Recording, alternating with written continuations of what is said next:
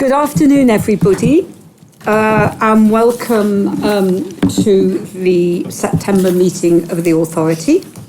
Hold on a second, let me just get my notes.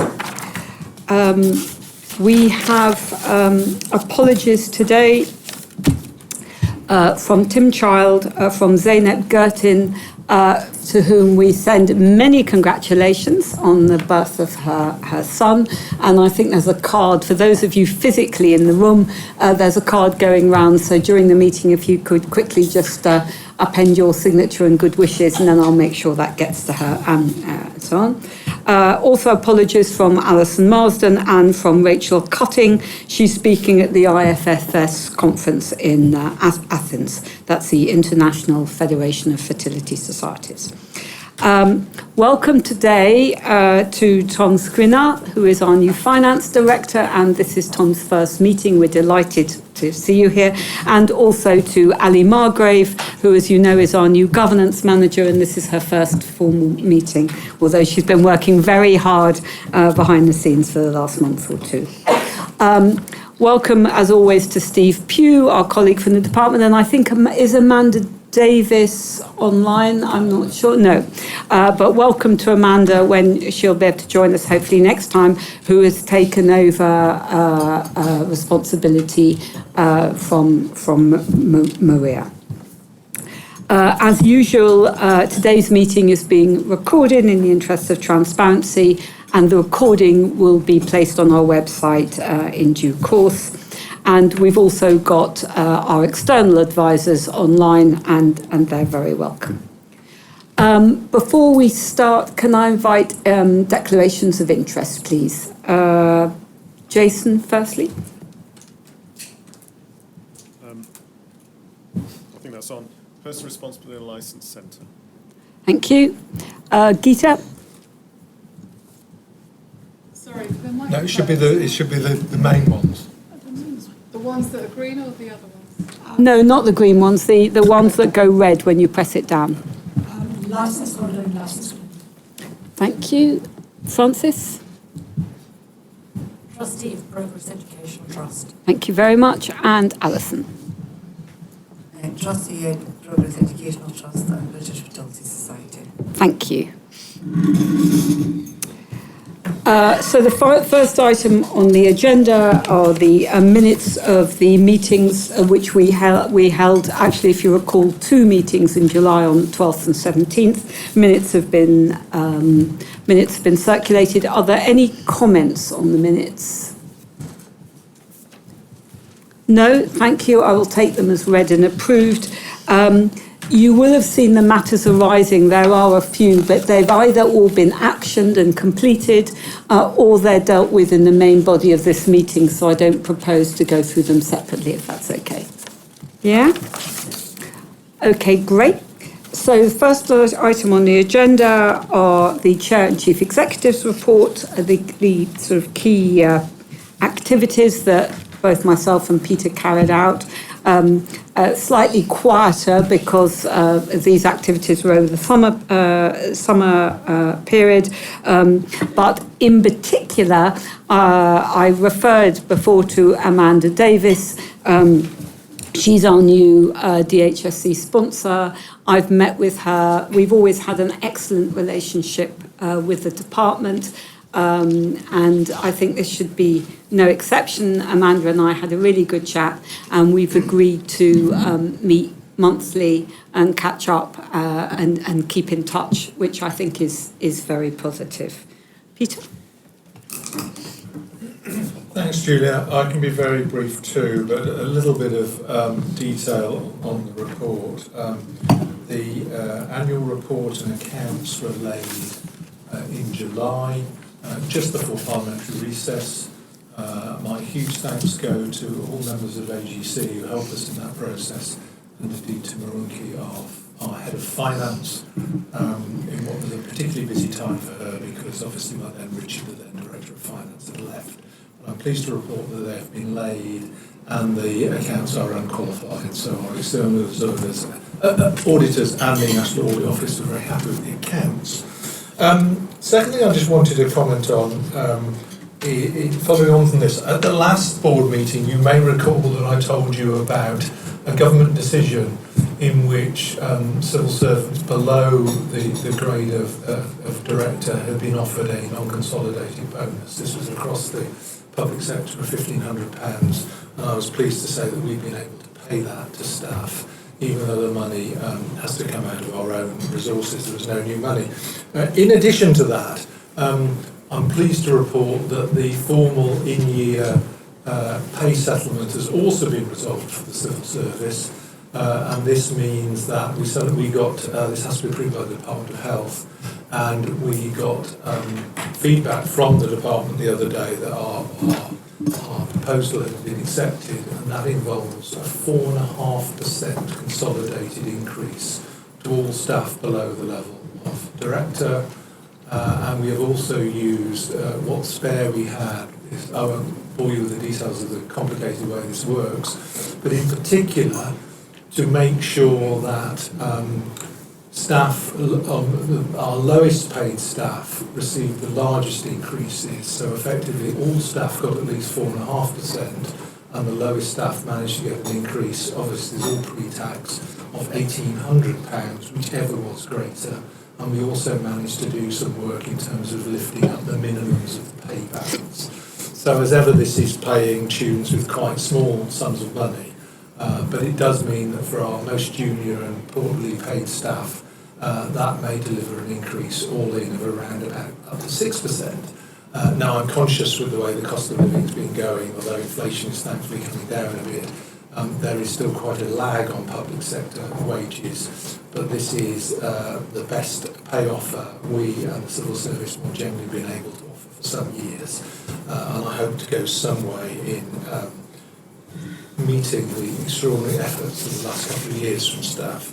And I want to thank again RENCOM for helping us arrive at what I think was quite a sensible balance, if you like, between achieving the maximum reward for the most number of staff while also prioritising those staff on the lowest awards. The pay settlement for senior staff, directors and above, is a separate thing, and will be a RENCOM later this. Now we have departmental guidance. There'll be a RENCOM later this month to discuss that, and I'll report that. Last thing to say, just picking up on what it says in the written report about ongoing liaison with the Public Bodies Review. Yes, you'll know this has been going on for a number of months. I am now hopeful, though, that we are in the end straight. We are now into conversations with the review team about what is emerging to be the first full draft. We're hoping, I think, to agree those relatively soon, and then it will need to go to ministers for sign-off. But again, it may possibly be that by the time of the next meeting I can say something further about this. But we are getting there. That's all I want to say at this part of the meeting, but obviously very happy to take any questions. Questions for Peter? No, okay. Thank you, Peter. That's helpful. Now we need the committee chair's report. Alison Marsden unfortunately had something she had to attend and can't be here, but Graham James kindly has agreed to talk about licence committee in her absence.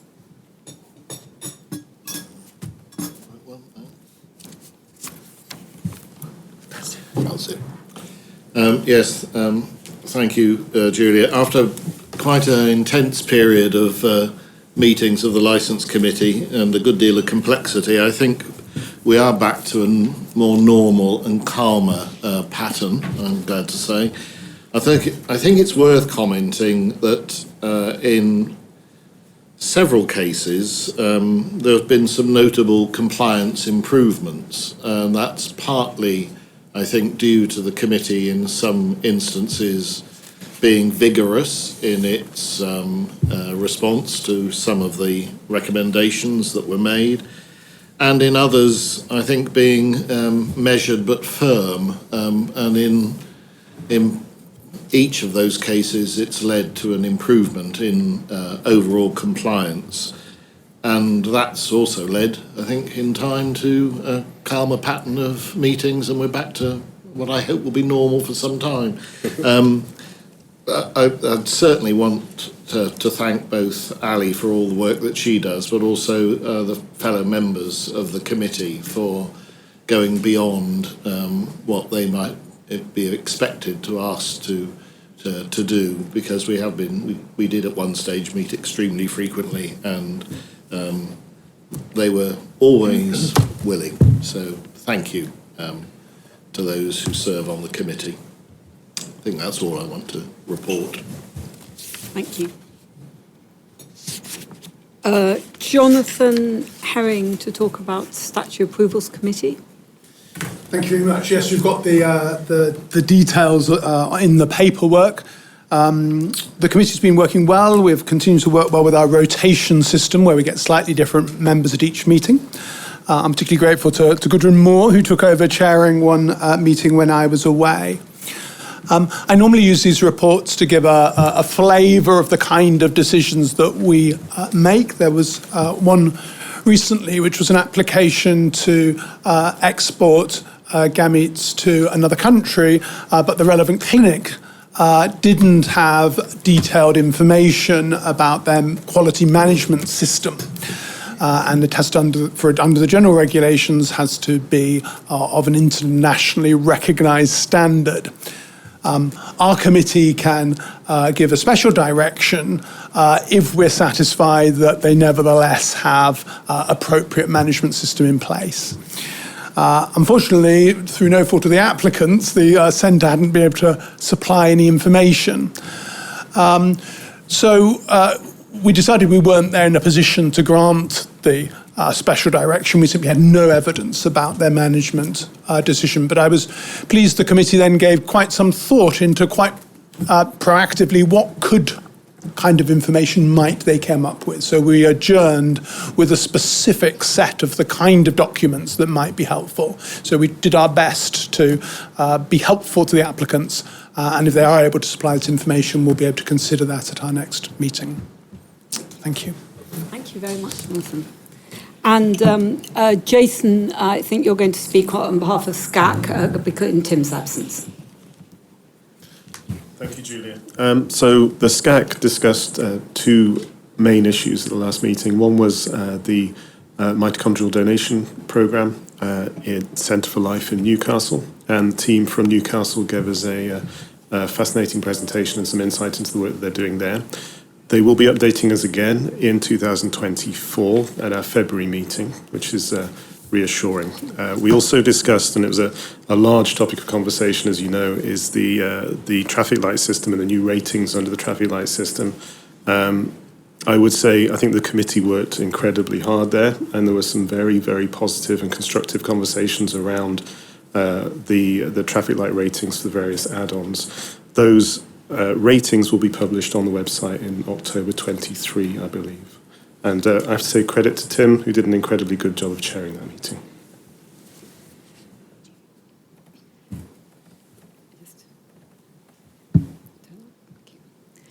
Thanks, Jason. And I don't normally do this, but sorry, Catherine. Thank you, Julia. I just wanted to say something very brief about EGC. As you know, we haven't met since the last authority meeting, so I don't have anything to update from the committee. Save to say, I just wanted to remind authority members that we bade farewell to our two independent members at our last committee meeting, which I did mention to you, but we've now appointed a new independent member, and I just wanted to give you a very brief assurance about her appropriate background. She's going to be starting very soon with her induction, and she's going to be joining us on October the 3rd. She's called Anne-Marie Miller, and she is a very experienced qualified accountant. She's been a finance director in the private and public sectors for many years. She's sat on a number of national boards and a number of national ARACs. And she has an impressive background in audit, large programs, risk management assurance, financial accounts, treasury and fraud management, and systems implementation, etc., etc. Julia was on the appointment panel with me and was extremely helpful. And we had an independent member too from the HTA, wanted to record formal thanks to him. It was a very strong field, but we were unanimous that Anne-Marie was the right choice, and we are not going to appoint a second independent at the moment because we feel that with the current membership of the committee and Anne-Marie coming in as a new member, we probably have enough coverage of everything that we need in order to continue to give the authority assurance. But we're just about to conduct the annual effectiveness review of the AGC, and we're also going to repeat a skills audit survey for members, including Anne-Marie, so that Julia and I can keep under review whether we exercise our right to appoint another independent member or whether we have sufficient coverage. Thank you, Catherine. That was very helpful. And just to reiterate that I thought, Anne-Marie was an excellent candidate and will do well. What I would just quite like to say, I don't normally do this, but I think having heard both Graham and Jonathan give a little flavour of the different committees, it's very easy for the committees to keep meeting and doing their work, and us as a board not to realise how important they both are to the work of the HFEA, and to say that in the last few months, Licence Committee in particular, but also SAC and SCAC actually, have required a huge commitment from those members that goes well over and above the normal sort of hourly commitment per month or per few months that they are expected to do, particularly Licence Committee, where there's been a couple of really difficult questions to look at. And I'm very, very grateful to members and actually those members of the exec, also the SMT, who've had to really give up an awful lot of time to those committees and continue to do so. These are really important to the work of the HFEA, and it doesn't hurt once in a while to say thank you, but also to acknowledge that they will be there are sort of challenges ahead, and they do. We're grateful for the time that members spend on them. Right, now we come to the performance report, which, as you know, we ask the CEO, Peter, and members of the SMT to talk about their particular areas where there have been issues that are worth raising since the last meeting. And I'm going to start with Peter, who got a number of items to cover. He's also going to cover HR, and he's also, in Rachel's absence, going to cover Rachel's responsibilities. Thanks, Julia. And I thought I'd pause after the normal sort of things I might cover as a chief executive to take any questions before then moving on to Rachel. As you know, one of the backbone of this report is a series of KPIs. There are 17. As the report says, 7 of those are currently rated as green, 3 amber, 4 red, and 3 are neutral.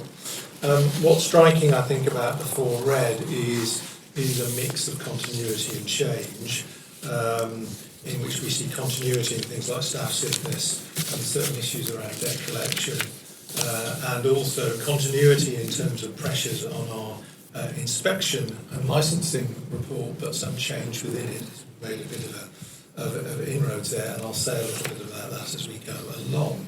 So I've already said, I'll turn to HR matters first. I've already said something about the staff pay award, which should come out into our pay run is the middle of this month. Staff should be getting the increase this month. It's backdated to August. What certainly is clear from the report is an increase in staff sickness. I've looked into this quite closely. This is a classic case, I'm afraid, of a relatively small number of staff influencing the overall figure. Crucially, what's driven our staff sickness up is 4 employees on long-term sick. It wouldn't be right for me to go into great details about their individual sickness, but what I can say is they're all distinct. and there's no evidence they are related, for example, to things like work stress or overwork. They are very particular issues in that respect. So they are doing important work for us, and it is impacting on our performance, but I don't think it is the other way around, if you like. We've also had an increase in the usual sort of coughs and colds at this time. So typically we have staff sickness, and that target of 2.5% is usually well below the public sector average, and we usually sit well below it. We are considerably above it at the moment, but I think it can all be explained by discrete things. We're very happy to take questions on that. Turnover, which if you remember has been historically high for a long time, and we aim to keep turnover somewhere between 5 and 15%. And what that graph shows is a long steady decline into the target territory, and then a bit of a blip in the last month or so over the summer. We have got some other levers coming on stream, so that figure is going to remain above target for a bit to come. The explanations I've given you before I think still stand, although there's a cyclical quality to this. So what I've said before typically is that clearly we've had a long period in which public sector pay has not kept pace with private sector pay, that there are quite a lot of jobs out there, that in a small organisation promotion opportunities are limited, and those sorts of things drive turnover. The other thing, of course, and this is the cyclical bit, is that particularly in some roles, staff join us for a couple of years, and depending on how that sort of pattern is, we have a group of staff who may well be coming up to the point they're looking to move, and others are staying on. And my sense is that the recent uptick in turnover is largely explained by that sort of cyclical pattern in which a group of staff we would have employed some period of time ago, 2-3 years ago, are now getting to the point where they're starting to think about moving on, and that's what's translating in the figures. As ever, the exit interviews suggest these are people who like the organisation, they find it a friendly one, they like their colleagues, they find the issues interesting, but given the protracted cost of living squeeze and lack of promotion opportunities, you can see why people move on. It is a constant challenge. I've talked to a number of chief executives elsewhere. Although the numbers might vary a bit, everybody talks about higher turnover than they would wish. I think it is just part of the world we need to live with.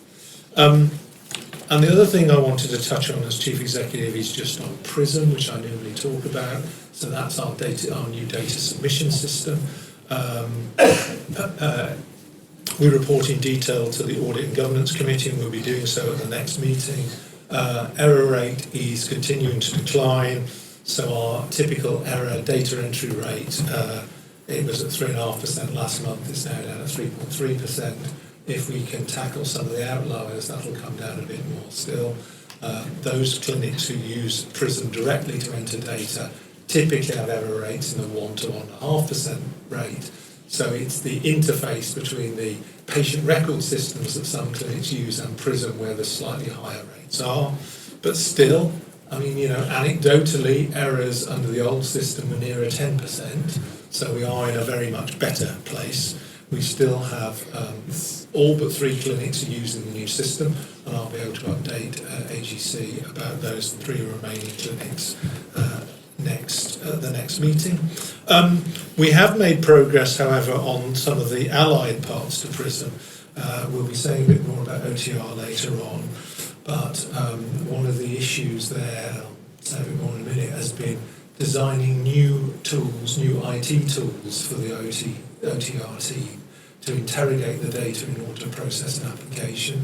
Those are now built and being tested. All of the results look very positive. They're easy to use, and we're just effectively what we're doing is we're looking at OTR records that we've already dealt with and processed, and running them under the new system and saying, do we get the same answer? And in all but one case, we get exactly the same answer. I hope by the end of the week to have an answer as to why that particular one case. But we are pretty much there on OTR reports. Similarly on 10 family limit reports. they're in active testing. And we are also, again, I'll say more about this to HEC shortly, we now have all of the errors, the historic errors, out with clinics as the necessary preparation work for us updating Choose the Fertility Clinic. The pattern of fixing errors has been a bit slower over the summer than previously. I think that's the summer holiday effect, but we'll be going back to clinics in a targeted way fairly soon. We're on track for that update to Choose the Fertility Clinic to take place probably towards the back end of. We gave a sort of period of likely possibilities. I think it's now looking strongly likely to be towards the end of that period when we can finally update Kafka. And that, in my sense, is the genuine completion, not just of PRISM itself, but all the related IT projects. And it's when that is done, I think we'll be able to stand back and start to reach a bit of a view about the gains that the new system's given and start probably to do efficiency reviews in due course. We did a lessons learned review for the Audit and Governance Committee some months ago, but I think the next stage really is at some point, probably in the back end of next year, to stand back and start to say how effective is the system as a whole. So that's all I want to say, wearing my sort of chief exec's hat. Happy to pause and take any questions at this stage before I go on to cover Rachel's responsibilities. So any questions? Any questions? Geeta.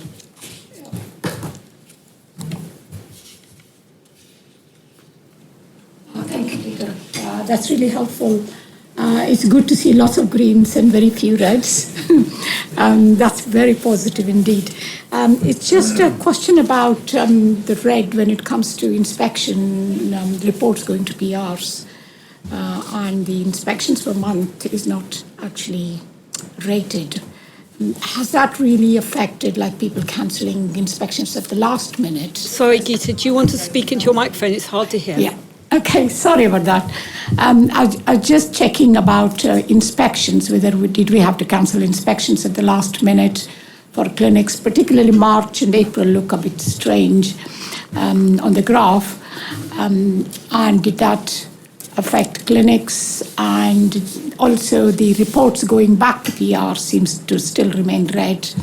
And you say that we have new inspectors and they're getting trained. Do you think that's going to change this red to green or so?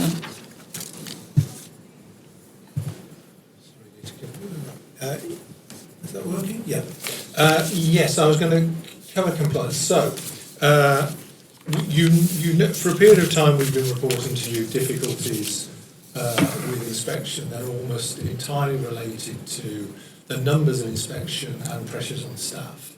I should say, while we've not met the KPIs in the same way we would normally expect to do, what that has not resulted in is in the failure to issue licences on time. So if you take the system as a whole, despite the difficulties we've had on the interim targets, we've always managed to issue a licence out at the right time. So effectively, talking to Rachel, there are issues around long-term sick, which is impacting on inspection performance, and also we've got some new staff members. So you'll remember that typically from appointing an inspector, we're probably talking about a 6-month training period to the point where they can then go out and lead an inspection. So although and that's the sort of thing that's impacting on these numbers. So we've got new inspectors in post, the training's going well, we've got one coming back from maternity leave.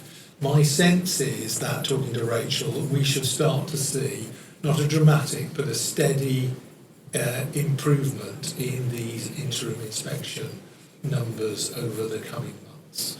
But it has been a very pressurised period. In part, it's been made worse by the COVID issue, where, if you remember, we took a decision to cancel a series of on-site inspections during COVID. In other words, when people had 4-year licences, we gave them a 5-year licence. But obviously all that did is shifted a whole load of inspection activity into the next year. So we spent quite a lot of time doubling up. But you're right, Peter. So, if you look at the numbers, generally what you can see is things were particularly problematic the sort of back end of the spring, around about May, and we started to see a gradual return. Talking to Rachel, we think that pattern should continue. The thing that will be the hardest thing is managing that again. So, for example, if we get turnover in the inspection team, then we're into the same cycle around new inspectors and time. But if everything else is steady, I would expect those KPIs to improve over the coming months. Thank you. Other questions for Peter? Shall I say a little bit about OTR? Yes. Thank you. Sorry, Alex. I'm sorry. I just wanted to ask about the staff sickness, and obviously, as you said, you're not going to comment on the individuals, but I just wondered, we know sickness rates are going up across the country due to the elective backlog and access to NHS services, and if any of those long-term sick is because, they are waiting for elective care or something like that, whether we would then kind of log that as a strategic risk. No, they're not. They're more, these are more long-term conditions that aren't part of the elective backlog, but are just conditions whereby somebody's now been signed off for really quite long periods of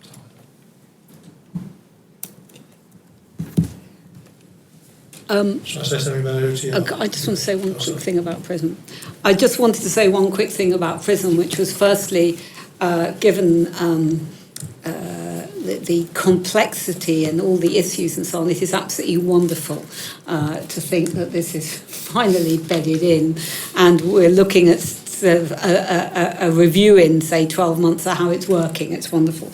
But also just to say, which I think I've said before actually, so I want to keep saying, is that once once we're looking at this year, next year, how the system can be used to obtain and collate and use more data, and I'm sort of looking at Alex, who's already looking at this, and others as well.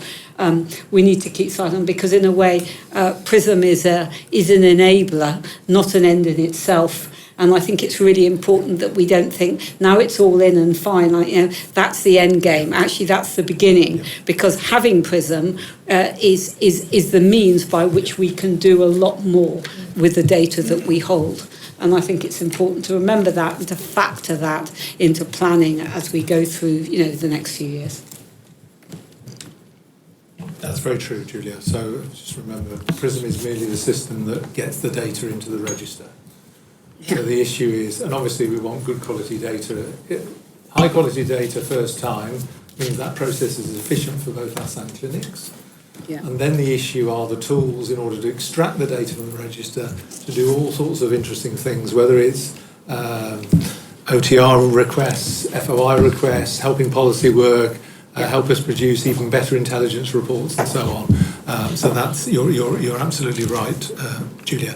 On OTR, so you'll know that what we've been struggling with before is two things. One of which is a team where we had quite a lot of turnover. We now have some stability, which is good, at least for the moment. And we've been struggling with, this goes back to the sort of wider PRISM point, with it was not just did we have turnover in the team, but the process for accessing the data was cumbersome. We have now built new IT tools which make that process simpler. They are just being tested, as I mentioned to Catherine earlier. So the new case management system went live in August. That's slightly ahead of scheduling. The testing in July and August has reduced. What that did is that diverted the team. Instead of doing OTR requests, they were testing the new system. And you need to do one for it, and that's what explains. If you look at the graph, there is a big fall between June and July in terms of the number of OTR responses sent. That's because the team were testing the new system rather than dealing with OTR records. Once that system is up and running, then we should see that number improve. And it also means that probably, I would hope, by the time we next meet, I would be able to start, Rachel and I would be able to start to talk to you sensibly then about what our likely sort of efficiency rate is on PRISM, because on OTR, because until we got the new system, we couldn't tell you, if you like, how many applications could we process per person. I would hope by November we can start to say, okay, we have 4 people. Each person can do so many a month. That means our general throughput is, so we kind of then know, and then we can have a sensible conversation with you about, given the number of applications and given the backlog, how quickly we can move through it. But until we get to a point where we know with some certainty that all other things being equal, we can process this many applications in a month, to some extent that becomes guesswork. And the peaks and troughs in the OTR sent in that graph usually represent times at which either the team was dealing with requests or dealing with training issues with developers. So there was similarly a big trough in April, and that's when the team were having their conversations with the developers in order for them to build the thing, and then the trough in July is doing the testing and so on. That line again should start, providing we don't have turnover problems, should start to steady, and we'll get a sense of what our productivity looks like. Now, one other thing to say is there is a transition period into moving into the new system. It isn't immediate. So where our OTRs have already begun processed in the old system, we just need to see them out under that system, otherwise we're endlessly double entrying. But I'm hoping, as I say, by November we can start to say something much more concrete with you about what our likely rate of dealing with OTRs looks like. So that's, I think, I know these figures are not as good as we all want them to be, but I'm hoping we're now at the start of very much an improved position there. And then I want to say something about IT. You will have known from press coverage that there's been at least 2 significant data breaches in the public sector recently, very distinct. One was with the Police Service of Northern Ireland, where inadvertently lots of personal details about police officers was released. And the other was with the Electoral Commission, where there were concerns about the safety of the parts of the electoral register. Our head of IT has reviewed both data breaches and any advice that came about cyber attacks. He will be preparing a Clinic Focus article really to reassure the sector of our security and protection measures. We'll also say some more to AGC next week. But what I can give you some assurance of is that both of these instances are not, they do not raise particular issues that are relevant to the HFEA. But it seemed to us that the obvious thing to do in the light of both of them was to stand back and take stock and say, from what we know so far about these things, is there anything we can learn? They're very particular to those 2 organisations, but I wanted to give you a sense that we are, endlessly vigilant about this stuff, because the next cyber attack only feels a matter of time. Happy to take any questions on any of that. Catherine. Thank you, Peter. Just to say, I think that the example that you've just given, apropos of OTR, is a perfect example of why management commentary is so essential when one's critiquing performance data.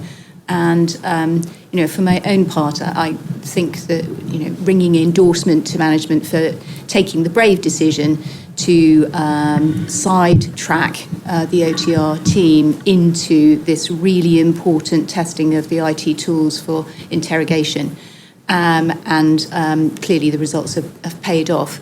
I take great comfort from the fact that the predictions that we've seen at AGC and that I've discussed with Rachel do clearly suggest that the impact of both PRISM and the quality of interrogation that is now open to the team will make a significant impact quickly on both new cases and backlog. And we at AGC will be monitoring that very carefully, as will the authority. But I just wanted to add to Julia's tribute to the PRISM team, to add to Neil and his team about the enormous significance of reaching this milestone in his input so early and so effectively.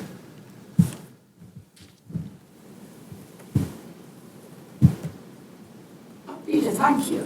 My question is about cybersecurity and something we're all very concerned about. I've no idea what kind of a cyber insurance we have, what level for protection. I just really absolutely have no idea. How does that work?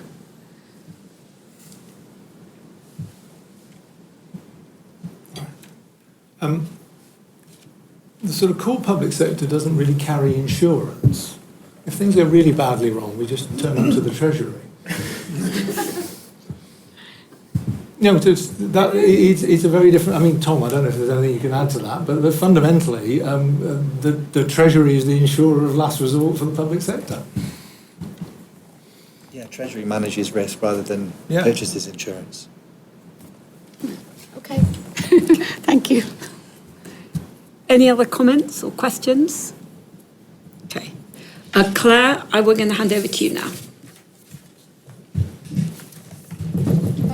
Thanks, Julia. Just a few things from my side on the Directorate. So just firstly, noting feedback from authority members about the busy schedule of licensing committees and just commending all the licensing team staff for the performance is well within the green target. So thank you to everyone there for their really hard work. In terms of upcoming or just released reports, our State of the Sector report was released yesterday. Upcoming are updates to the treatment add-ons with the new rating system that Jason outlined that SCAC made decisions on in July. We're just working on final website copy updates, and that will be released in September. That will be released in early October. In later October, we hope to publish the final proposals on law reform together with an overview of the consultation responses. And towards the end of the year, we're going to be publishing an updated report on ethnic disparities in fertility treatment together with our new data dashboards, which we hope will be really useful for anyone interested in fertility data. In communications side, we're concentrating a lot on work relating to opening the register, and I'll say a bit more about that in the opening register presentation next, and also supporting the updated add-ons and law reform work. And lastly, on a policy side, we're just working on the final updates to the Code of Practice. Members will remember that they approved the draft Code of Practice updates in March.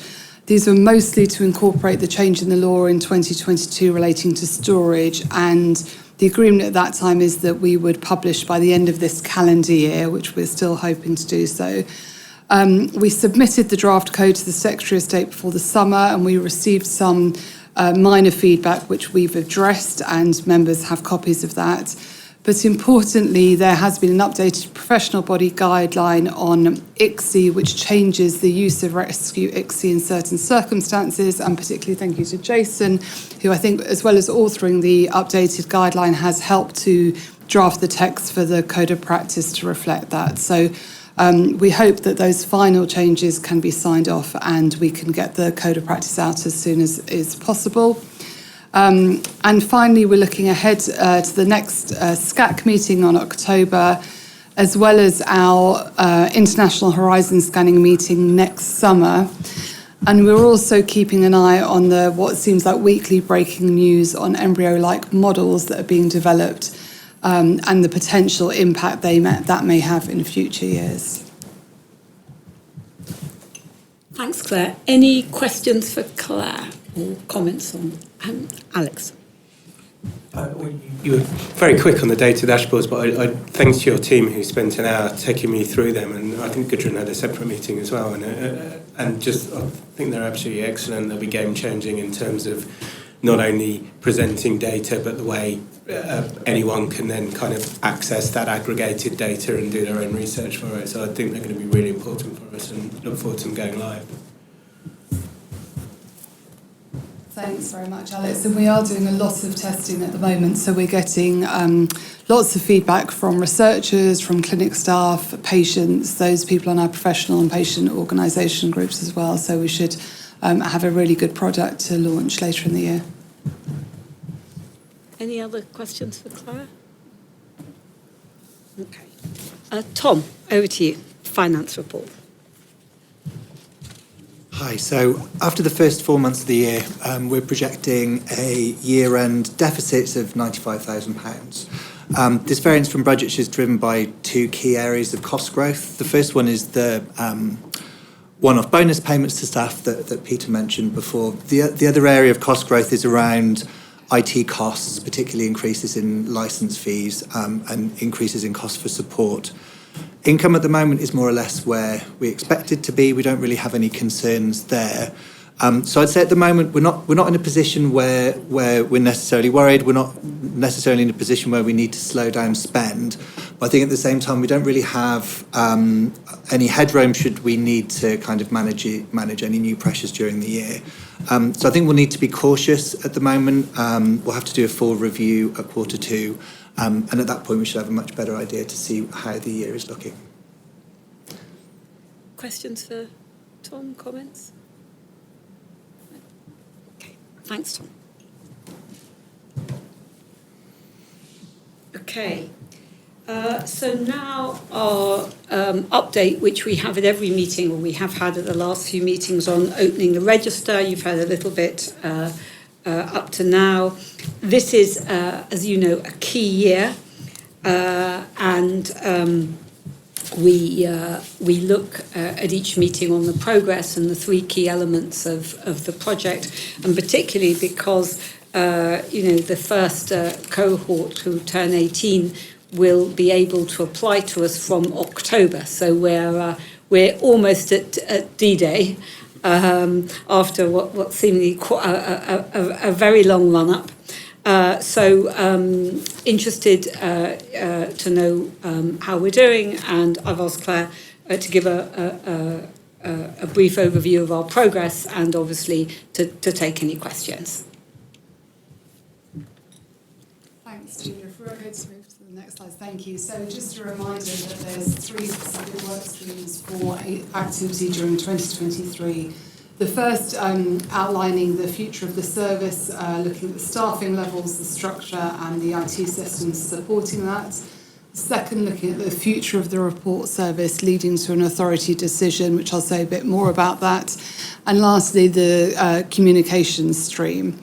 If we can go on to the next slide, please, Shabir. I'm not going to say too much about this because I think Peter has covered this in the performance update on behalf of Rachel. So I think it's generally good news that the IT system is live earlier than schedule. As Peter said, we've received really positive feedback regarding how it's easy to use, and we expect it to improve efficiencies. And I think more on that in November when we know a bit more about how long or what those efficiencies will be going forward. So I'll just pause on that one in case anyone has a particular question, on the service which relates to what Peter said. Okay, so moving on to the support service, the future of support service. So as members will remember, this was to consider what sort of support service is provided from next year onwards going forward for all those who are affected by donation. And I think this project is really reaching its culmination.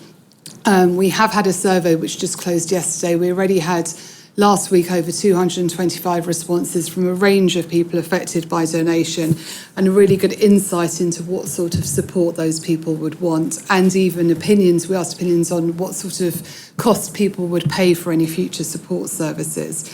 At the November meeting, we're going to come back with an update to you before we come to you in January 2024 for a decision. So in the November update, we will recap on the literature review that we've done, the comparisons to what happens in other countries, our findings from the expert roundtables that we've been having, and some high-level findings from the survey to give you a kind of here we are, our findings to date, and hopefully that will be beneficial before we come to you in January for a decision about what the future of the support service looks like. And then lastly, in terms of communications, we're also reaching the culmination of that. So as we speak, we are finalising some of our public-facing communications, so updated website pages, which will go live next week, together with frequently asked questions for all those affected by donation, whether they're parents, donors or donor-conceived individuals, frequently asked questions for clinic staff, some specific details, what can legally or not, what can legally be released or what can't clinics release in terms of information, how our opening the register service works, what this means for clinics. And again, those will be on our clinic portal. We'll be having a special edition clinic focus going out towards the end of this week or early next week, outlining all of those changes. And in the next couple of weeks, you'll see a much wider media and social media campaign to draw attention to the wider importance of 2023 to the wider world, that this is the first time that people can apply to the HFEA for identifying information, and also as that constant reminder to donors to update their contact details with clinics or the HFEA where possible. So you should really see a pick-up over that over the next couple of weeks. As previously updated at authority meetings, this is a summary. There are numerous risks involved, and not all of them are things that the HFEA is able to control. I think through these 3 work streams, we're doing our best to mitigate against the most of them, but there are a lot of unknowns ahead, and we know that there is a high level of media interest in tracking individuals through this process. So I think that's probably all I need to say formally to update. There will be, as I said, in the November meeting, as well as a more general update, there will be a much more detailed presentation on what we have, the work we've done on the future of support services to date. Thank you. Questions for Claire? Comments? Geeta? Just a comment, really. Thank you, Claire. Just to add that Rachel has been doing presentations to clinics and clinic staff on OTR, which have been very beneficial, and I think it would be good if that goes into the clinic focus so that many more clinics and clinic staff could benefit from that, because there's so much confusion in clinics, and her presentations have been very helpful. Thank you. Okay. Anything else? Okay, so firstly, I just want to say, again, thank you to Claire and Rachel in particular and the whole OTR team, because this has been an enormously complicated and very busy piece of work. And, we are well prepared. It's not without risk. We don't yet know how many applications we'll receive and so on, but, we're well prepared or as well prepared as we can be for October, and that's, I think, due to a lot of hard work by a lot of people. So we're the authority is really appreciative of that, and I think in November, obviously, Claire will have a fuller presentation, and that will be good. I mean, I think my only I'm not sure if this is a comment or a question, because you might not want to answer it now. You might want to wait until November. But clearly, I think it was an excellent idea to take people off turning around applications and test our new system, which is going to make the whole process much, much easier.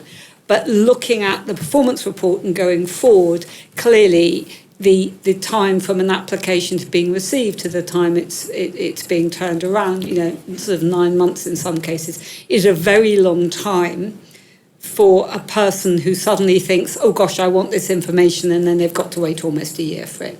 So I'm just wondering, are we ready for sort of managing expectations, managing press comments on this, and also how are we going to bring that backlog down if we can? Shall I say something, Julia? Yeah. I think the key thing is the expectation management piece is important, as you say. I think we have good communications ready to go. One of the things to remember as well, and we might need to make some decisions here internally in the organisation, is about the nature of the backlog, because these are a range of people applying for different sorts of information. Some may be wishing to join the donor-sibling link, some may be parents seeking some information, some may be 16-year-olds seeking some information, and so on. So one of the decisions we need to look at internally is the extent to which, I think as a general principle of fairness, we ought to deal with people broadly in the order in which they come. But actually, when we talk of a backlog, we are talking about different backlogs. And we can take some strategic decisions about whether or not we prioritise certain backlogs over others because of the significance of the information. Yes. What we do know is in terms of the numbers of people who will be able in the first few months to access the new, the sort of headline OTR information, 18-year-olds suddenly able to access identifiable information. In the first few months, that's really quite a small number of people. And of course, being able to access information is not necessarily at all the same thing as actually making an application. So, there is some work we need to do. Now we've got new systems in place, which is looking at those scenarios, looking at those backlogs, and making sure that we've allocated the resource that we've got in the most efficient way that deals with, but both manages expectations and also deals fairly with those different sorts of demands. And that's something we need to do, and we've already, we need to complete that work over the next couple of weeks. So, we can say more about that later. Great, thank you. Any questions, comments? Great.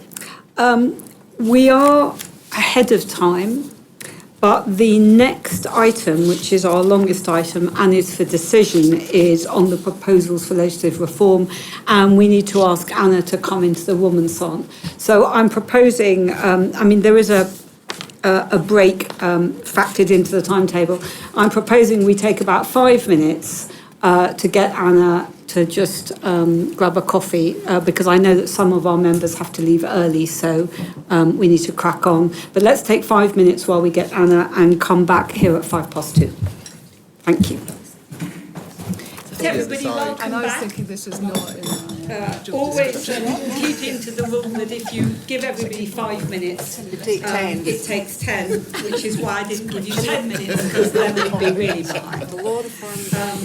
Okay, so at the last meeting, we basically reached agreement on the majority of proposals for reform, the reforms of the HFE Act that we're going to request.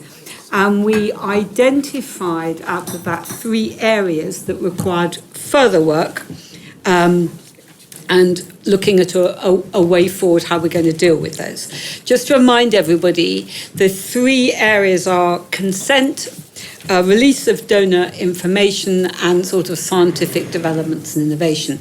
I think they are proposals where we all agree that there needs to be change, but further work needs to happen in order to understand what that change might be.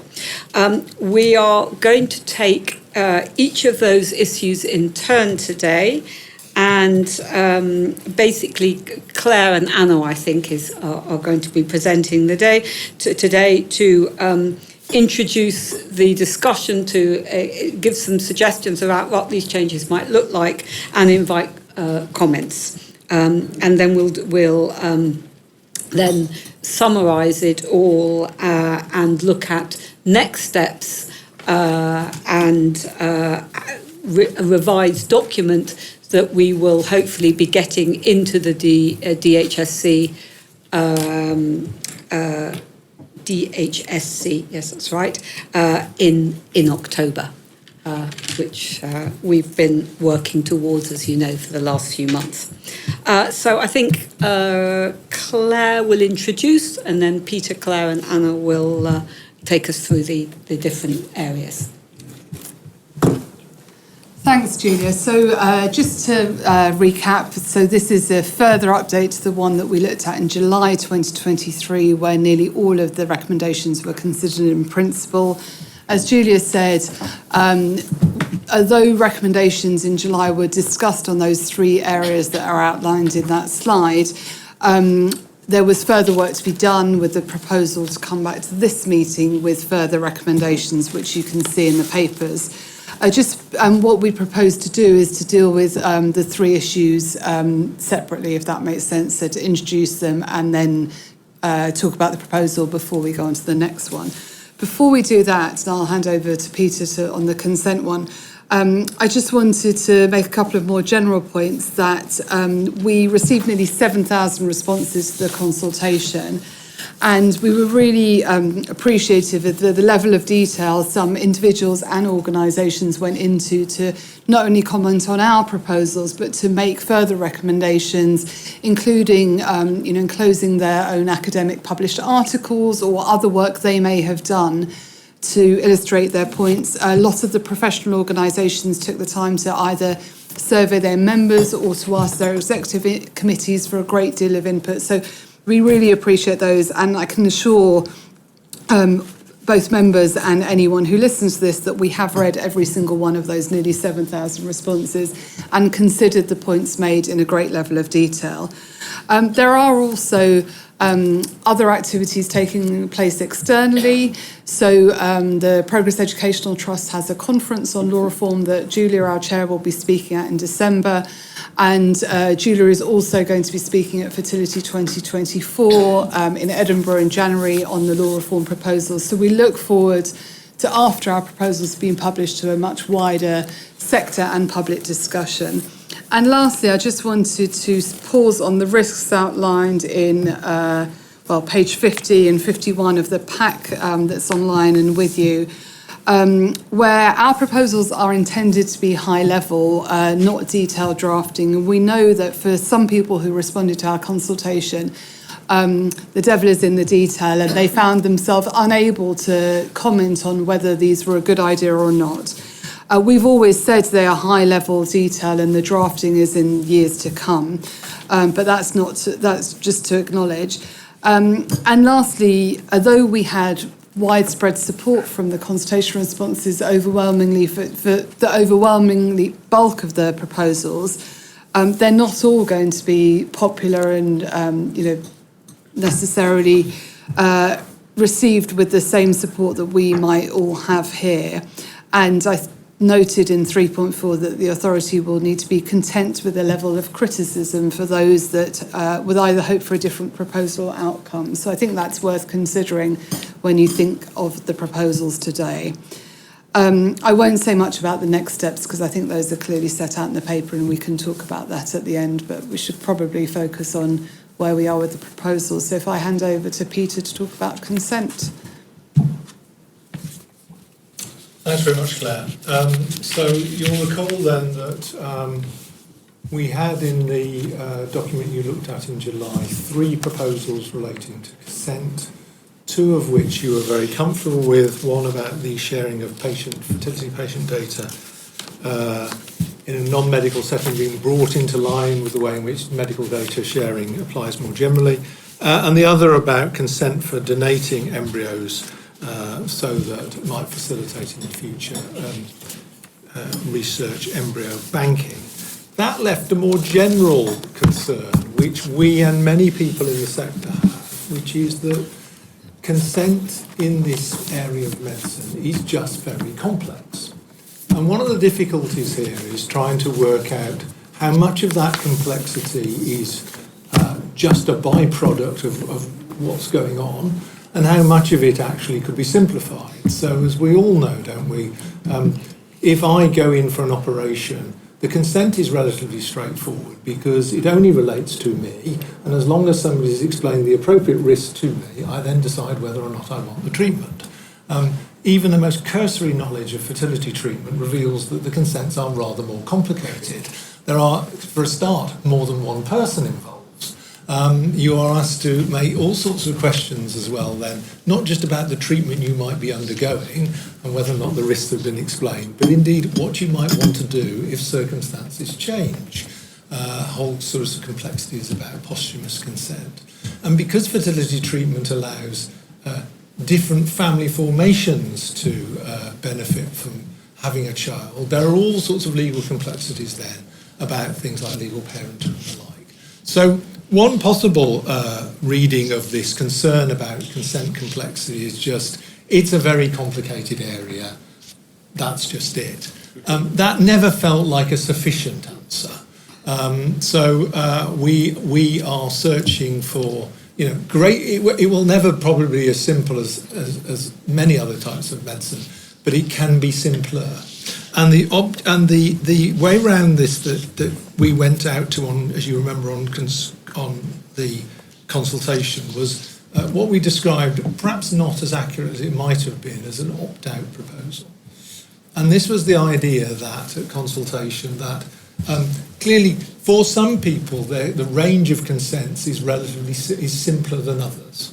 So a couple who are known to each other, particularly a couple in some form of legal relationship, automatically have a slightly simpler consent journey than people who are involved in surrogacy or need legal parenthood arrangements and so on. And the possibility we talked about was whether or not there was a sort of model whereby this sort of people could sort of opt for a sort of simplified model of consent, standing apart. Now, as it says in the paper, we got some pretty mixed views on that proposal. It wasn't without support, but it certainly didn't command the kind of consensus support that we would be hoping for, I think, in what was otherwise a pretty radical change. And I think it's worth adding a couple of things here just to the debate before we get into the nub of this, that are misunderstandings in this area. And I think there are two. One of which is always worth remembering that the consents we're talking about are solely those that are required by the HFEA Act. That's the use of data held by us, the use of gametes and embryo, legal parenthood, and so on and so forth. Consent that's taken by clinics, whether NHS or private clinics, that relates to medical consent to treatment, the typical consents that apply, are entirely separate to that. And I think there's often a bit of confusion about, we already take that consent. No, that's a different consent. That's the, I consent to you to do something to my body, which is quite different to this range of consents. And the other of which is, because we have a large number of forms to deal with what is a very wide range of scenarios, some people do say, goodness, consent must be simpler than that. There are 20 forms. The important point is that people don't sign 20 forms. The variety of forms are there precisely because of the huge variety of circumstances. So for some people, even in the existing regime, actually, they are signing a relatively small number of forms, in other people more complex. So I think they're wide as worth keeping. So what we have got down to in the paper, if you like, is not a new model of simplified consent. And the recommendation is around that actually what's required, I think, is a stand back and a thorough overhaul of the consent regime. And I think any kind of work that's taken place is very much one that needs to be involved with the relevant interested parties, but actually is an articulation of, so if you're going to do that, we've tried to stand back here and sort of articulate what would be the guiding principles for that piece of work. And they're set out in 3.2 of the paper. So there's clearly, we're not starting from a blank sheet of paper here. There are well-established principles of medical consent. The GMC and others have all stated these with some elegance, and a kind of fit with those makes absolute sense. It goes perhaps without saying, but is never, given some of the complications, people being able to freely give consent without undue influence is really important. One of the responses, some of the responses we had talked about the possibility of consent being taken jointly. Now, I can see the attractions of that, but there are examples within the sector where actually, if people aren't given the opportunity to express their true wishes individually, they actually feel they're not giving their own independent view of things. They're sort of being railroaded by their partner. So, on the one hand, that's attractive. On the other hand, it does have some complications. I think consent needs to be dynamic. People's wishes do change over time, and a system that allows for change over time seems important. I think crucially, and where we started from this thing, is something around any new system does need to be simpler than the one we've got. And in part that's because we all know, don't we, that complexity can lead to error. A very good source of error is, if you make systems baroque and complex, you are more likely to introduce errors. So to that extent, the simpler the system, provided it can meet these other requirements, the better. I think a consent system that can deal with the full range of modern families, for want of a term, is desirable. Part of the complexities of consent precisely come from the fact that there are now people in a whole range of family relationships and none that seek fertility treatment, and consent needs to work for the range. And that, any system of consent needs to, because remember we're also talking about, consent more generally, needs to reflect again the special status of the embryo. So we think that, there is a case for a serious piece of work looking back on consent. We think that something along the lines of the decision here is the right way to go forward in terms of that needs to be a discussion with others. But we do think there are some general guiding principles. That's what I want to say by way of introduction. And I wondered whether, Chair, that perhaps one way of opening the discussion up, given Jonathan's background and expertise, and given that he wasn't here at the last authority meeting, is to sort of let Jonathan sort of kick almost in response to those principles, sort of kick the discussion off for us. Good idea. Thank you very much, Peter. I think we need to draw a distinction between an opt-out or deemed consent model, which is where, unless you say something, you're deemed to consent. That, I think, probably is not appropriate here. We use deemed consent in medical law either over things which are very, very trivial or non-controversial, or where we can't get someone's views because, for example, they've died with organ donation. That's rather different from a system where we can offer people a package. So we can say to people, this is the standard forms of consent that people in a couple relationship will choose. And people can just say, yes, I'll have the standard model, please. Or they may say, no, actually, I want to tailor my own response. So a little bit like marriage, if you like. You can consent to marry with all of this host of legal consequences under it, but you don't need to consent to each one. You can just consent to the concept of marriage. Or if you don't want that, you can live together and formulate your own cohabitation contract. So I think that's something that we could do here, is to formulate a package or perhaps a set of packages. One could imagine a standard consent for a couple in an enduring relationship, for a single person, and offer people that they just sort of sign the one form and that gives them the standard, but then with the option, if they wish, to explore in more detail the particular provisions. So that's still complying with consent. They still have to actively consent, but it greatly simplifies it by proposing to people a model which works generally.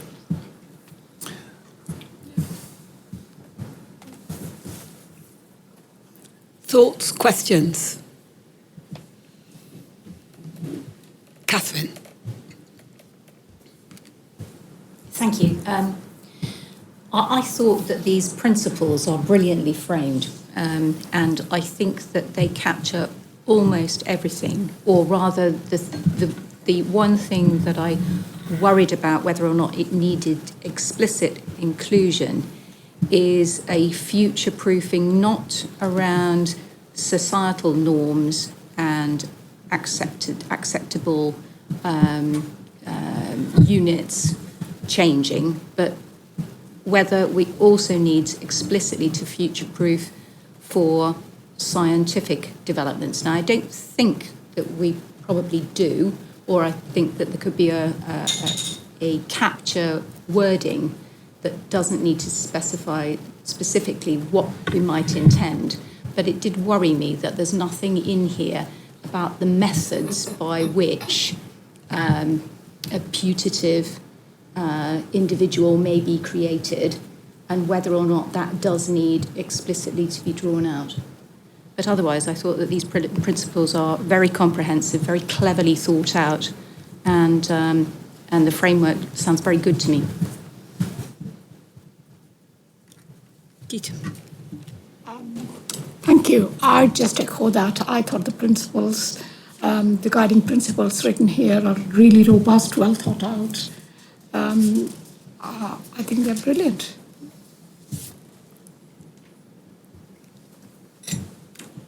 I just endorse it. I think from the sector, This is an area that everybody's very vastly interested in. And I think this opportunity for us all to work together is the best way forward. And just Jonathan's statement at the moment is probably blown us all away thinking, wow, that sounds absolutely great as a starter for 10. So I think going forward, we'll get a huge amount of sector buy-in to make this a really good, worthwhile exercise. And I think future-proofing is one of the things that we need to have built in, because we won't get this opportunity again for a long, long time. So let's get it right. Anyone else? Alex? This might be a little bit tangential, but I just thought perhaps there was another principle which was something about the method of recording. So you know, this would be about kind of effectively not using pieces of paper, but you know, recorded in a digitally secure way that can be accessed anywhere, cloud-based, etc. Yeah, good point. It's a particularly good point because some of the issues that we've had to deal with over the last couple of years, for example, have been where mistakes have been perhaps made on the form, or you can't find the consent, or somebody's not quite sure the clinic closed, or you know, so all of those things. Yeah, I actually just particularly am very interested to hear what Jonathan has to say. But would we? And this is a question to everybody, in no particular order really. But when we are looking at doing further work on this and perhaps asking the sector what they think, you know, would we be? Can we putting together, for example, something like what Jonathan suggested, if we think that's a good idea, and saying this is how we think it's. You know, we're going to sort of think about putting together more specific proposals. My sense is that there clearly isn't time to do any of this before. No, I don't mean now. I mean, as we once it's gone to the department. I always think that the tricky bit here, isn't it, with any consultation, is what you don't want to do is shut down debate and options. No. But at the same time, often debate is most productive when you at least give people options to respond to. Exactly. And I think my instinct is, and maybe Alice and other people in the sector will have a better view than I, that a proper open conversation that nonetheless we try and at least frame the starting point, at least gives grounds for a conversation. The key thing is that we're open to hearing alternative views and criticisms from it. But in my experience, consultations that start with a sort of, well, what do you think, don't tend to get very far very quickly. So I think that's the sort of, not dilemma, that's the thing we need to manage here, is we obviously want to give sort of purpose, momentum to something, but at the same time, not shut down other options. Yeah. That was sort of my point, that, you know, it would be good to have a framework, which I'm sure we will, but obviously you're right, well, it wasn't sort of one moment suggesting before we get proposals into the department. Alison? I think you're right. It's almost like you need a brainstorming session to kick off with a framework. And the digital recording of consents, quite a few centres have gone down that route with electronic consent platforms. And again, obviously, as technology changes, where do you store these? How do you store them? You hope it's better than the paper copies that have been stored for 25 plus years. But it is something, again, that centres probably have future-proof, but that's something we need to add on to. And a lot of the digital platforms are very focused on HFEA, so you almost have more consent as well. So I think having a brainstorming idea to get a framework in place and options to take forward would be a starting place, rather than putting some things out there that we think might be options. Yeah. Graham? Yes, I mean, I think good thing about this is that the principles are outlined and they can be debated in themselves. And what we're not presenting is what we think the conclusions ought to be. I mean, the difficulty, as I see it, as I look at the principles, is that while I agree with all of them, there are inherent conflicts in them, because we describe the increasing complexity of modern families while we want a simplified system. So, the one that I find more testing than anything else is to imagine that out of all of this, we will have a more simplified consent system, because I think the simpler it is, likely it won't meet the complexity of our situation. And unless we do something of the sort that Jonathan has described, which, of course, in itself is not simple. It needs quite sophisticated understanding.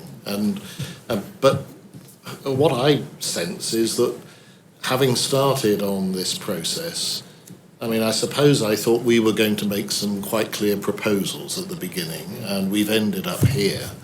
I mean, I'm glad we've ended up here, because I think if we made much more clear-cut proposals about consent, they would be thrown out very quickly, or they would be opposed.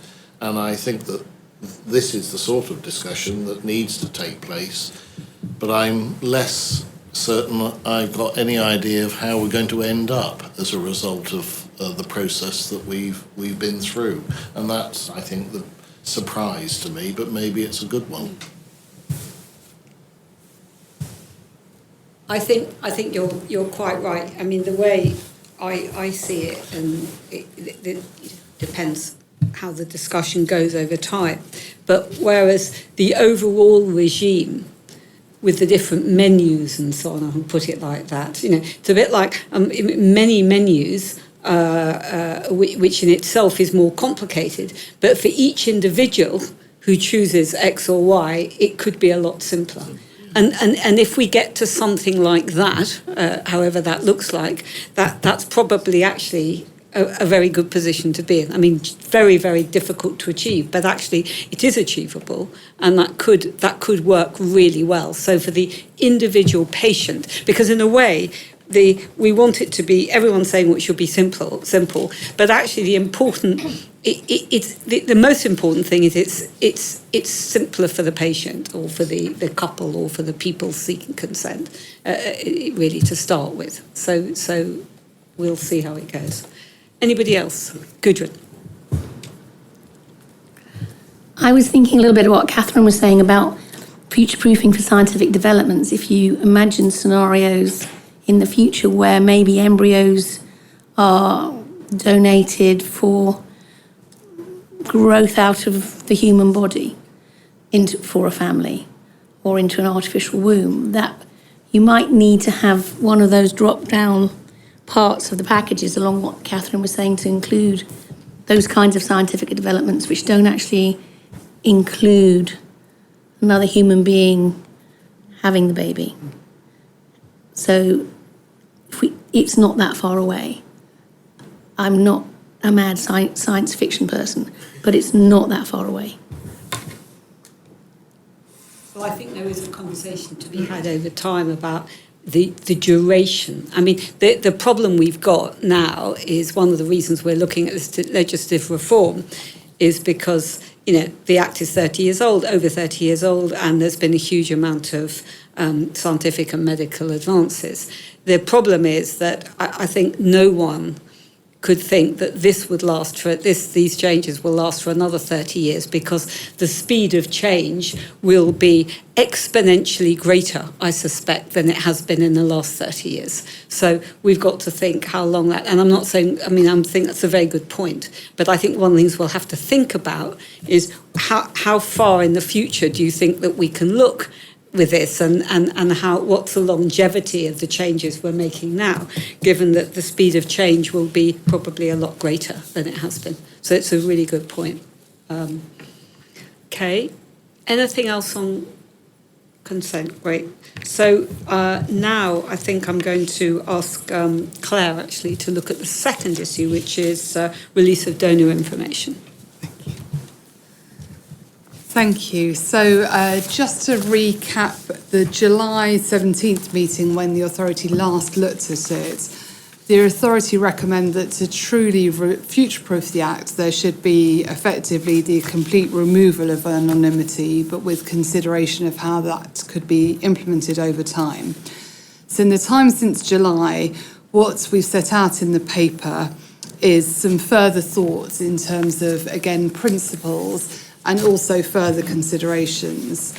So the principles set out are those ones that we agreed upon at authority before we went out to the public consultation and proposing to retain in the recommendation that there needs to be an official record of truth, and for the present, the HFEA should be that the recorder of that information, that consent is properly obtained and all those affected are informed about the potential challenges to anonymity from DNA testing, although obviously that may change over time if anonymity is lifted, and that parents are not legally required to disclose to their children their donor conceived, but they're encouraged to do so.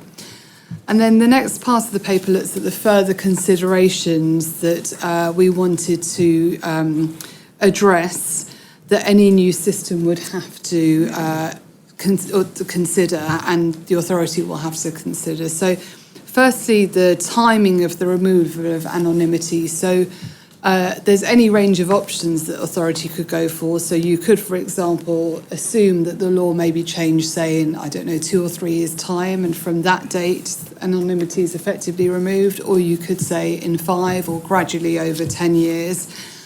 I suppose the last comment to that is, given the information that's already accessible via DNA testing websites, 10 years may be just too far away.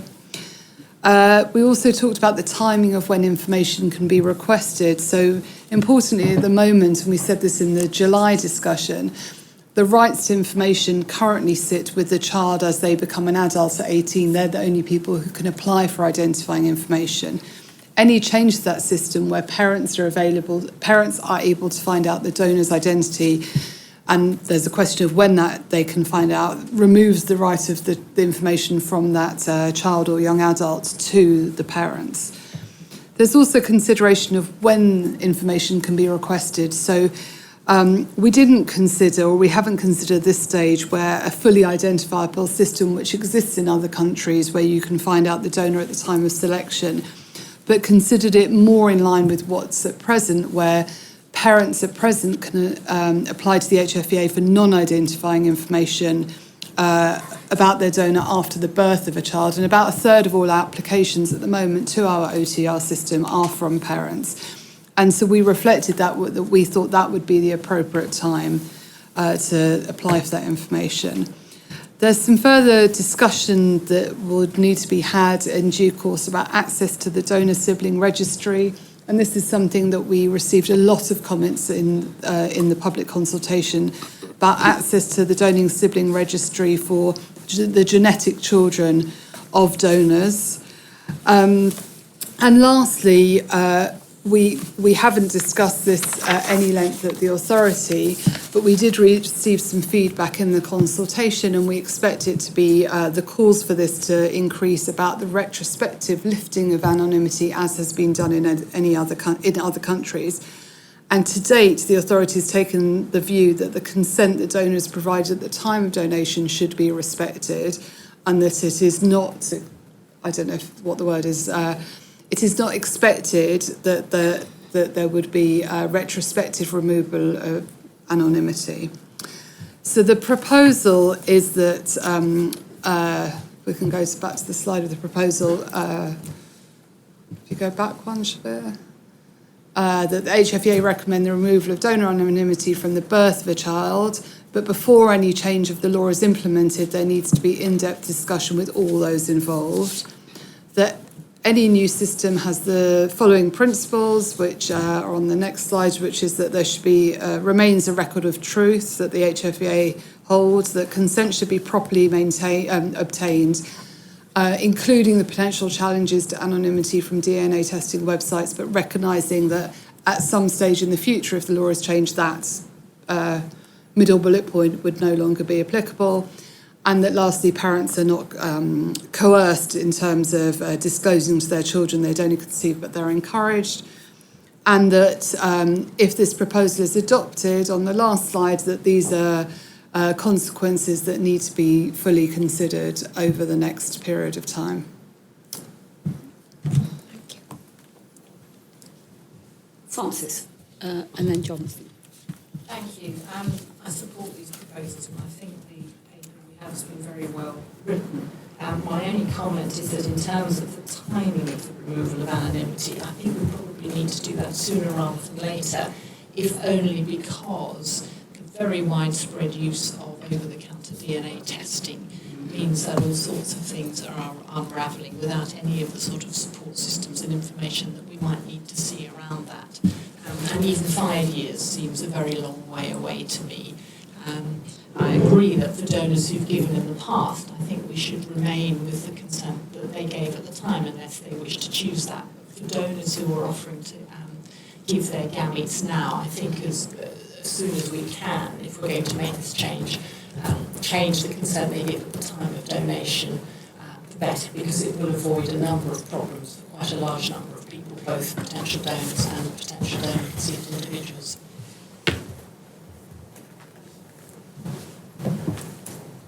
Thank you. I think this is a great paper. I'm concerned about the position of a child who is Gillick competent. So if we have a 15-year-old child who is saying, I do not want my information disclosed to my parents, I think for the HFEA then to disclose that information to the parents would be an interference with that child's rights.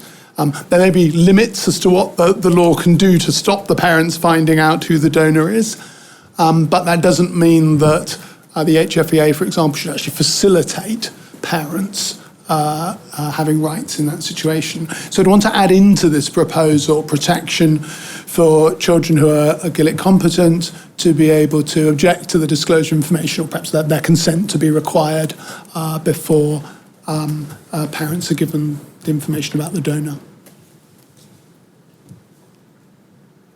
Thank you.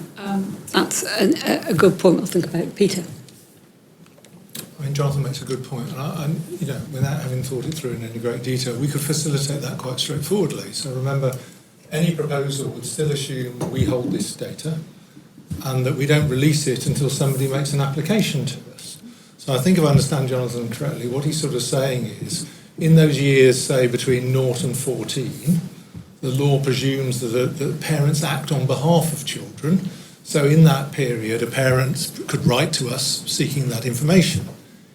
From, say, and I think typically it's 14, isn't it, Jonathan? From sort of 14 upwards, the law tends to work on a sort of Gillick competent principle.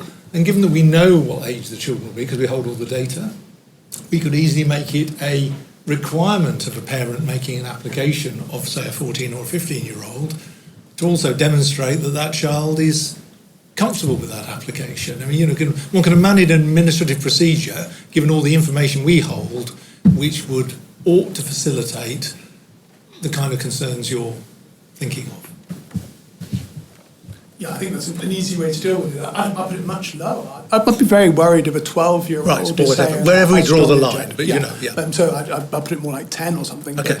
But, perhaps it wouldn't even necessarily need to be tied to Gillick competence as such, but just an age at which they could have a clear view. But that's a matter of detail. But the broad scheme of it, I think it's an excellent idea. Yeah, fine. Catherine.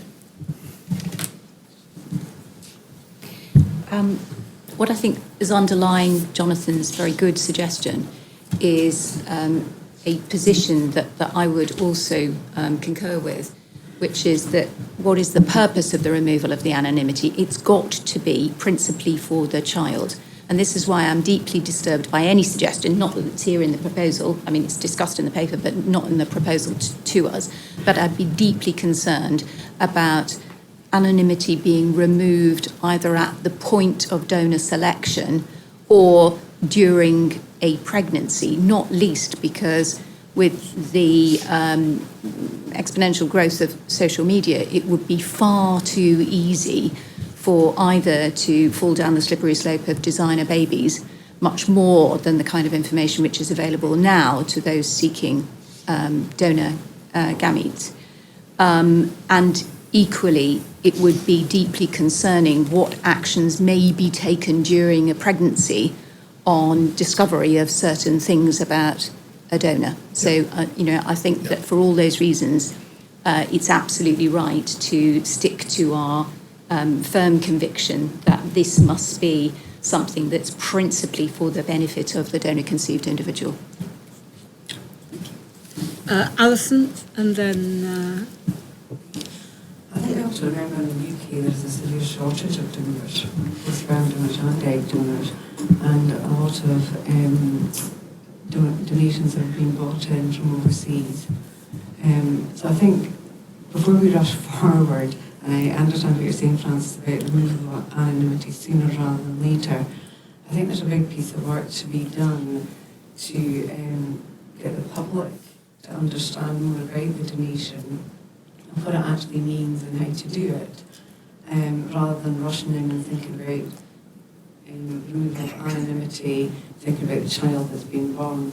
This is a big piece of work that needs to be done, and I think we need the public to be aware of the whole principle of egg, sperm and embryo donation and the creation of families for those that need this form of treatment.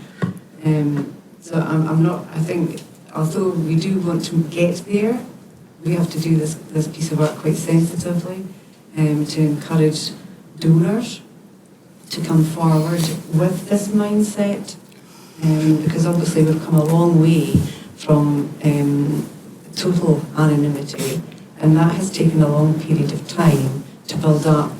I would say we haven't really built up a bank of donors because it hasn't actually worked terribly well in the UK. I have no idea how many donations come in from overseas, but there is a lot. And coming from the meeting in Athens this week, there's been various presentations showing the number of UK patients going abroad for donor treatments.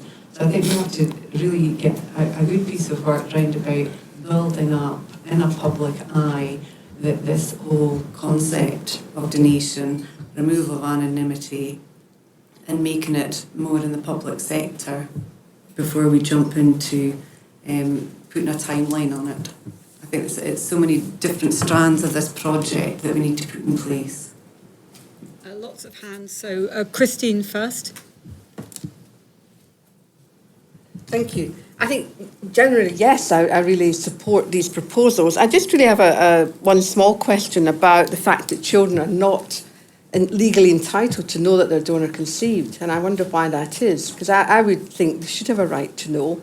It can have a dramatic impact on their future health and well-being and that of their children as well. So to my mind, the donor conceived child should have a right to know at some point. You need to turn your button off. Sorry. Peter, do you want to just come in? Well, in effect, they do under this proposal, and they do at the moment. It's a question of at what age they do. Yeah. The rider was just that we struggle to see how on earth, given in the personal circumstances of a family, the state could mandate people to say things to each other. So at the age of 18, how would the child know to ask at the age of 18? Can I come back? Go on. They wouldn't. I think that, Christine, this isn't something we've explored fully, and there is, I can't remember if it's New Zealand, so I don't want to speak out of turn, or it's Victoria in Australia, where they are amending birth certificates to say people are donor conceived. I mean, we have not done any kind of consideration of whether that's something that would be supported in the UK. So I think Christine is right. At the moment, it is the parental choice to impart that information or not. I think if the authority wanted to make it a next step to sort of, it's not enforce it, it's to release that information, then it would have to be something like the official record is amended when, but how would you even know to go and check your birth record at the age of 18? But it is something we haven't considered in detail. Can I come back to something that Alison said? I just got a couple of factual things to check. So just on the shortage of UK donors. So In some parts of the UK, there is a shortage of donors. Across the UK, there's not. So it's very, very regional based. And when we did a big report last November, we found that it was particularly parts of the UK had a shortage, and in particular ethnicities, but across the whole of the UK, there isn't a shortage. It was only in 2020 when half of sperm donations came from abroad, and in egg donations, almost all of them are from UK donors. And we know that people are going abroad for both egg and sperm donations for a number of reasons. One is particularly because of a shortage of ethnic donors from particular ethnic communities, but the other is particularly with egg donors, we know that people are going abroad to have an anonymous donor, which they know they can't have in the UK. So that is, part of the further consideration. And lastly, when the law changed in 2005, there was a small drop in the number of donations, but that I can't remember exactly, but within 2 or 3 years it had come up again. And I think at the time the sector were extremely concerned that there would be a big drop, but that isn't what happened in reality. But there is obviously a kind of big public exercise we would need to undertake with others if it did become fully anonymised. No, sorry, fully non-anonymised. Thank you. Hang on. Jonathan, did you want to come back on Christine's point before we go to Jason? Yes, just to say, of course, children born following sexual intercourse don't know who their parents are necessarily. So you'd have to do, if you wanted to change the law on that, I think all children should be genetically tested at birth. It's a different thing, isn't it? Really? Well, if it's about children's right to know their genetic origins, that should apply to all children equally. It's a mother knows, yes. Jason. Thank you. Claire has clarified a lot, which is really useful, I think. But I did want to come in. I think Alison makes an incredibly important point around this note of caution here, because there are a lot of unknowns here. I mean, we don't know how donors will feel about removal of anonymity at such an early stage. It's very different to say, in 16, 18 years' time, somebody might find out, than in 9 months' time, somebody might find out. And so I do think that we should proceed with caution. I don't think that means that we need to go incredibly slowly, but it wouldn't hurt to do a bit of additional homework in the meantime. And I think in terms of this, there is this rumour within the sector, which we're aware of, which is that there's a shortage of donors. And then whenever we look at the data from HFEA, there's no shortage of donors. And I find those two things difficult to balance. It's very regionally, and even within region, can be different from one centre to the next. Have we looked at the impact of, my question there would be... Sorry. My question there would be, have we looked at the impact of, are these actually imported donors? Because there's a trend now to import donors to a central hub and then distribute from that central hub. So I think my question would be, what's the origin, British origin donors, to sperm in particular, have the numbers gone down for that group? Yeah. If that makes sense. Yeah, that would be helpful. Peter, do you want to come back on that? I know you're waiting patiently, Peter. Just to remember, Jason, wherever they come from, locally or abroad, they can only be used in this country under whatever the broad framework is. So if our view is, collectively, that given all the wider pressures and so on, and removal anonymity is a good thing, treatment in a licensed clinic with donated material will follow that pattern, whether it's sourced down the road or overseas.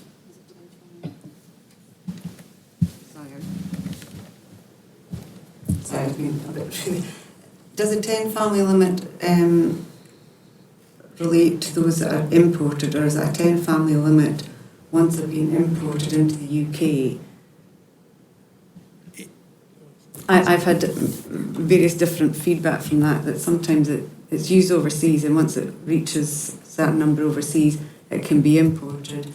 And we can through the HFEA, we can then control that there's 10 families created.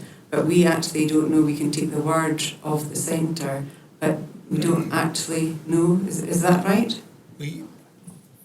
We can only control Once it's within here. the UK. Yes. So we can ensure that the 10 family limit, remember it isn't statutory, it's a policy limit, Yeah. is followed in this country. Yes. But if a donation was sourced from, say, Denmark and was used elsewhere, it's used elsewhere. That is just a, that's just a, we have no jurisdiction outside of the UK.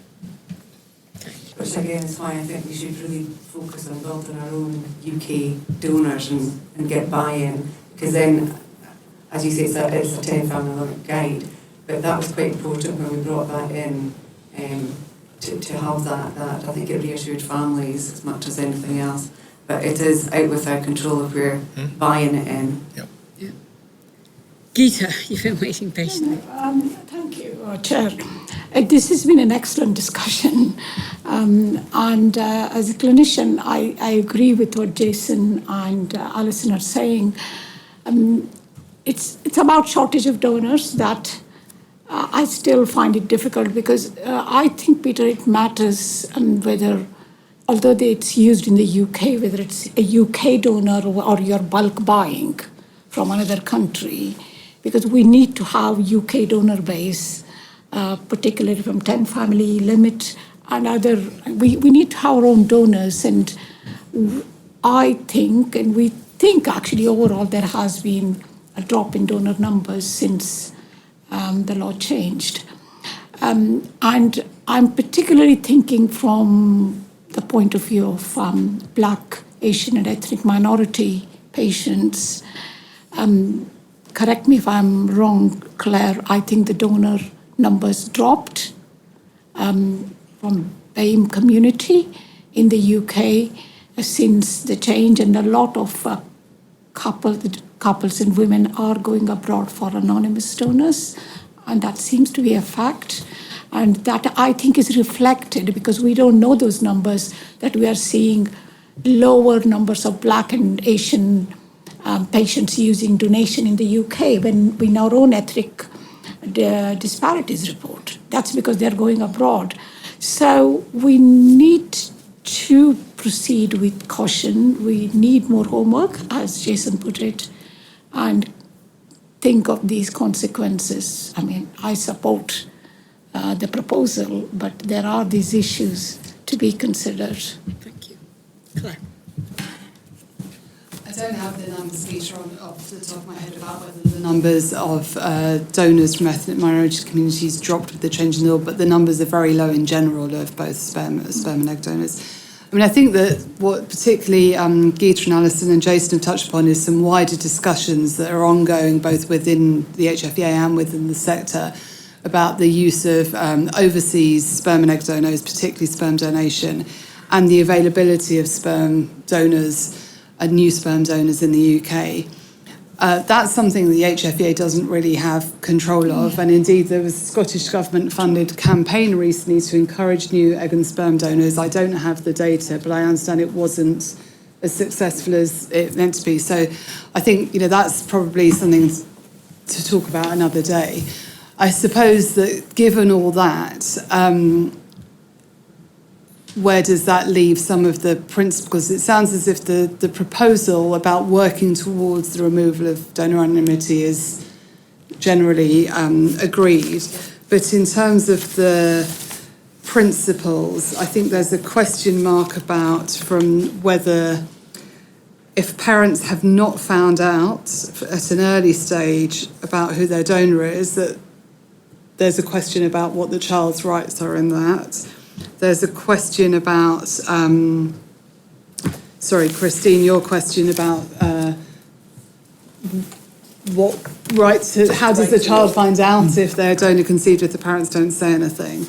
And then there's some further discussions about timing that I suppose Francis is saying, given how many people are accessing DNA information, that should be sooner, but some caution from the sector, given some of the other conversations about donation taking place. I'll leave it to you, Julia, as the chair, to find a way forward. Sorry, Julia. Firstly, are there any more questions on this section before we wrap it up and bring it to a close? No. So this has been really helpful. I think what I'm hearing, and as a suggestion, just for people to think about, we sort of approve this. There are some other discussions with, as we have with the consent regime. This is going to go forward for wider discussion, and rather than try to sort it all out now ourselves, perhaps in the document that we're going to put out asking, for public consultations on, we can, like we said with consent, where we're putting down some ideas, we should maybe actually make some suggestions that these are some things to think about, and should we add them in or not, which will give people some hooks to say, yes, I agree, or no, I don't agree, and then we can sort of have a look. I mean, I'm probably not saying it very elegantly, but you get the gist of what I mean, Claire. And I think maybe that's the way forward, because I don't think these are the things that we want to resolve ourselves without having a wider discussion, because they are quite complex. And, for example,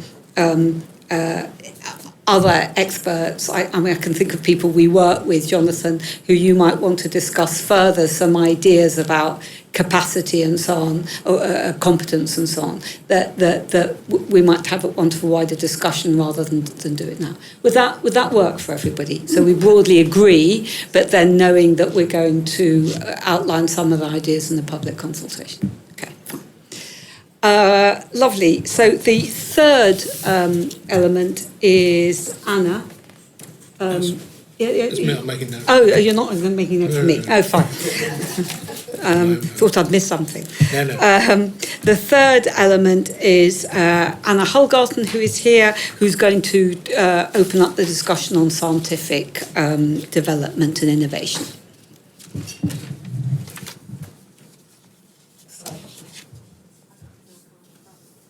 There we go. Can everyone hear me? Yep. Yeah. Thank you. So the final proposal for discussion is on scientific developments, and at the July Authority there were several key issues that were discussed surrounding scientific developments, but the key issue that was agreed upon was that the current regulation in the Act of Scientific Advances and New Technologies are too slow to adapt, and this can be detrimental to patients, both because of limitations in research, but also the fact that this can impact treatment applications in the future, which are unduly delayed.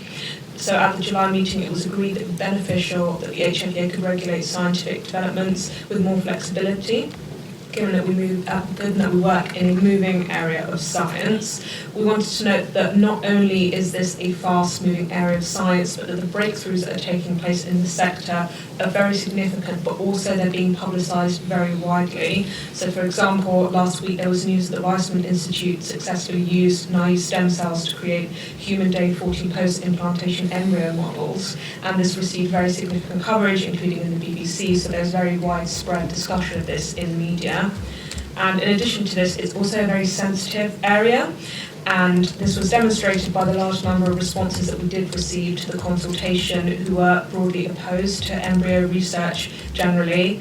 And although, of course, there's still significant numbers of people who are interested in the modernisation of the Act and are pleased that advances are being made, it's clearly an area which raises quite key ethical and social issues. It's a polarised area, so it's difficult to plot a way forward that works for all.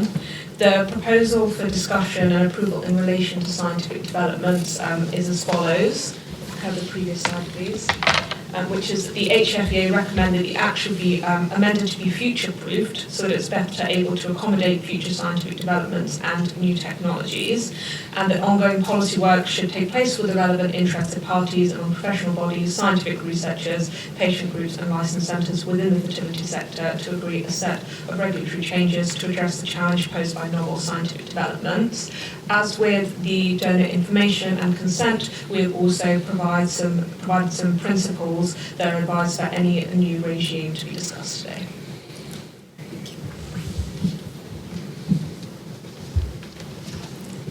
Thanks, Anna. Right. Questions? Comments? Christine? So I'd just like to comment that the paper you're referring to, that is the best model to date of a human embryo, and it's pretty much indistinguishable from the real thing. So that's going to make a big change into the types of research that's done, and whether or not actually so many human embryos might be needed to do research.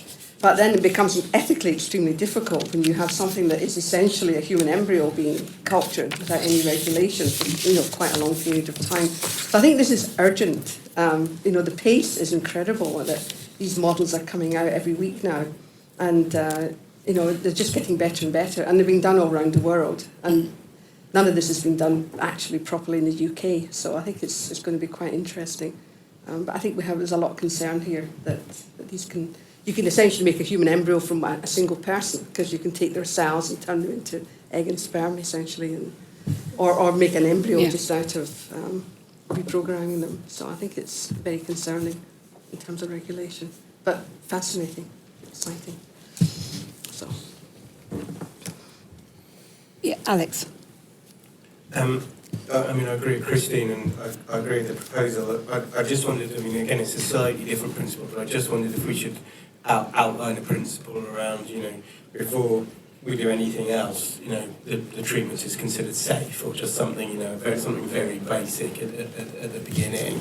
And then the other thing, I've made this point before, I know we're going down different tracks, but I do just wonder if there's a check-in with Genomics England, who are obviously regulating some of this post-birth, to see whether there's areas where our thoughts are converging, so we can have a united front to government. Because if I have no idea, but if they are having proposals that are going to slightly contradict this, it becomes a little bit strange what might happen pre-birth and post-birth.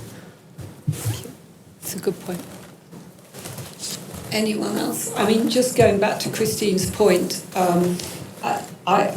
this is very fast-moving, and it is perhaps within the proposal, like with the other proposals, where we mention one or two of our concerns so that people can see that we have thought about this.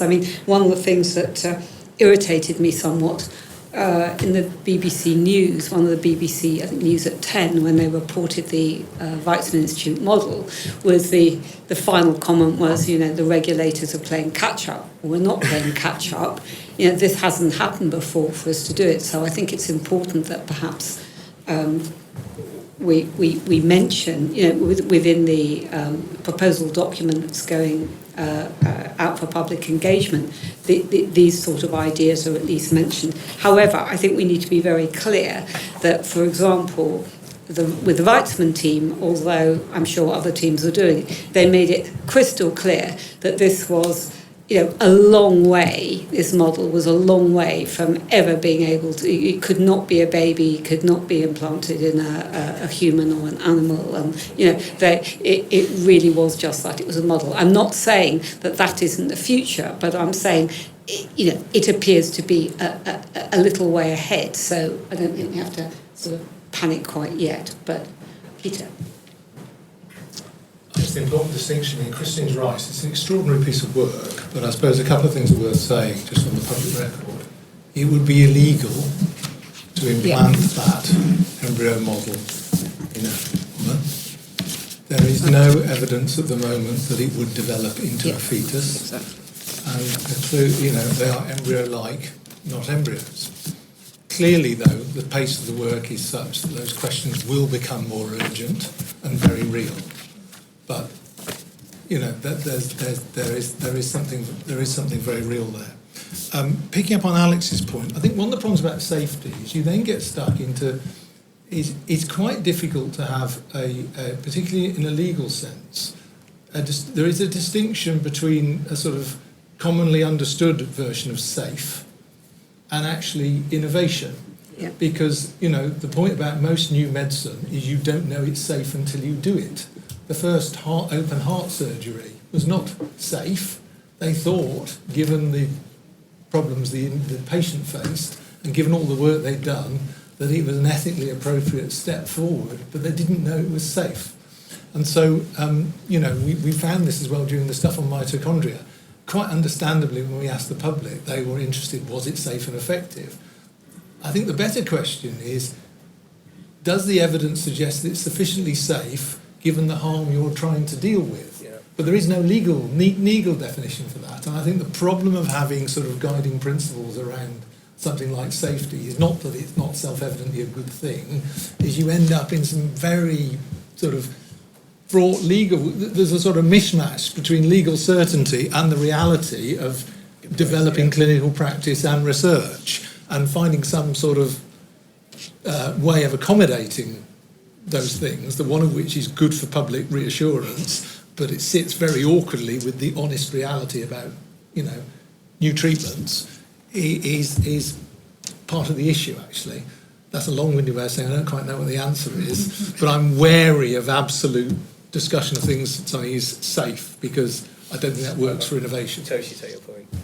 Okay. Quite a few hands. Catherine first. I'm entirely happy to support the proposal and the principles, but I just wanted to make a comment or an observation about a couple of the principles.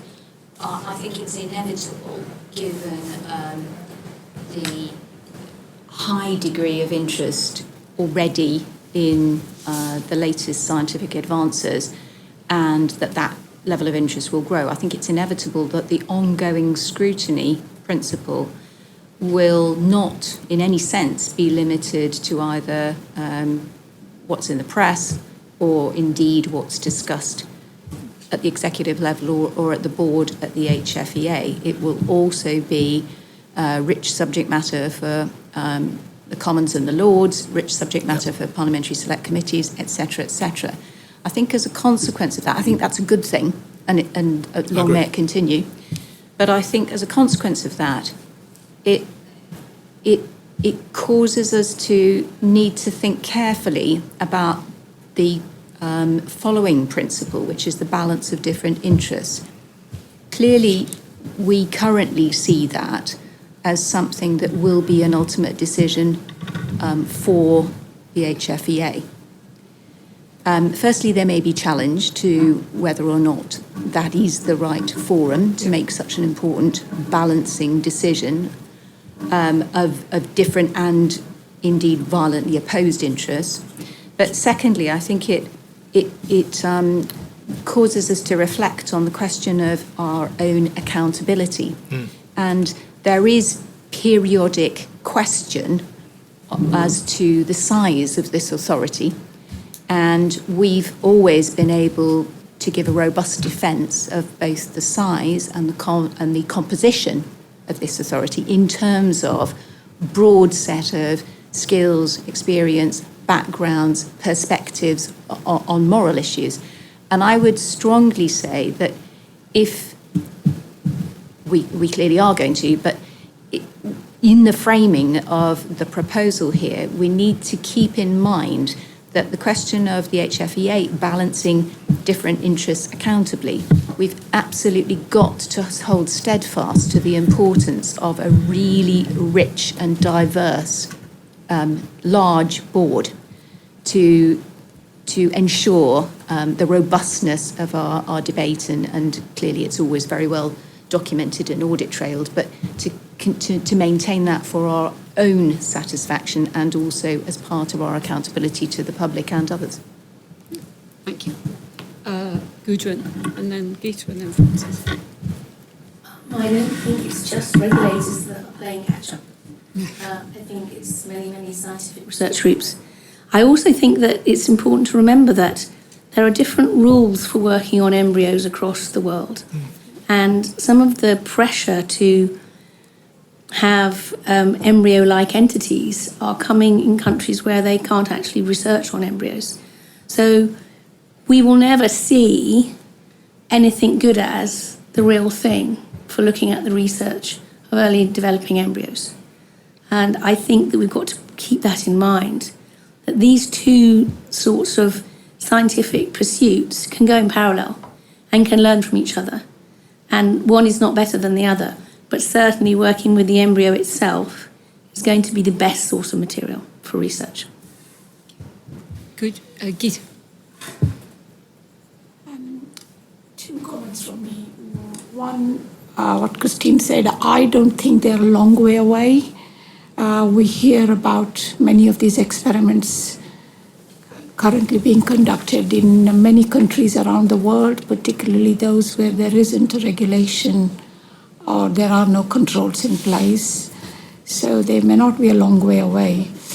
The second bit is about the safety point that Alex raised and Peter responded to. I agree totally about innovation and safety. It's very difficult to do that, but when it comes to many of these experiments, there are so many levels of experiments that take place, testing toxicity, testing safety before they are being done in humans. So I don't know whether we should actually say appropriate consideration of any ethical, safety, and social concerns. Thank you.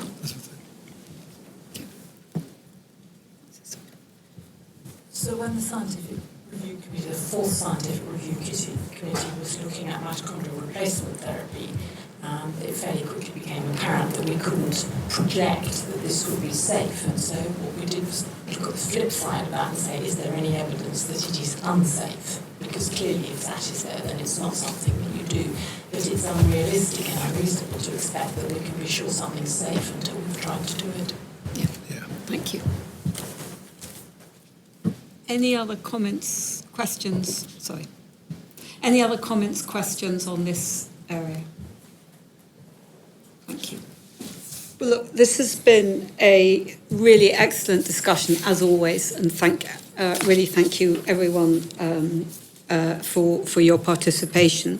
So what we really need to do now is look at the three areas where we need to make a decision about going forward. So consent, release of donor information, scientific developments. Maybe we should just have a look at each of those decisions very quickly on the board. So consent, can we just go to the actual proposal? Yeah, here we go. You can read it. We've read it, not going to read it again. I think what we agreed was that we would ask the authority to approve the following proposal, but with some suggestions. For example, what Jonathan said, a package. I mean, I'm not suggesting we draft now or we say what it is now, but we ask the executive to look at some sort of hooks for the public consultation that we would put in and make that a bit easier for people to look at. So that's the first proposal. So Claire. Sorry, can I just clarify? Yeah. I can't put my microphone on. Oh, sorry. Just to clarify, just for the record, because you refer to public consultation, which of course we've done already. So I think what the what the suggestion is that this is the proposal the authority adopt. And then we work together with the Department of Social Care and the sector and professional bodies to kind of further develop according to the principles that have been agreed. Yeah, okay. Yeah. Sorry, I'm just being sloppy in my terminology. I mean, I'm talking about working with external. When I say public, I mean external, outside the HFEA. Yeah, absolutely. So I think, should we do it one by one? So firstly, do we approve the proposal for consent as I've just outlined it? Yeah. Everybody's saying yes. Yes. Is that a yes or is that a suggestion? Yeah. Right. Perfect. Senior. Okay. And as with all of these, we will do some further work on wording, and if need be, talk to some of you to sort of refine that over the coming next couple of weeks. Yeah.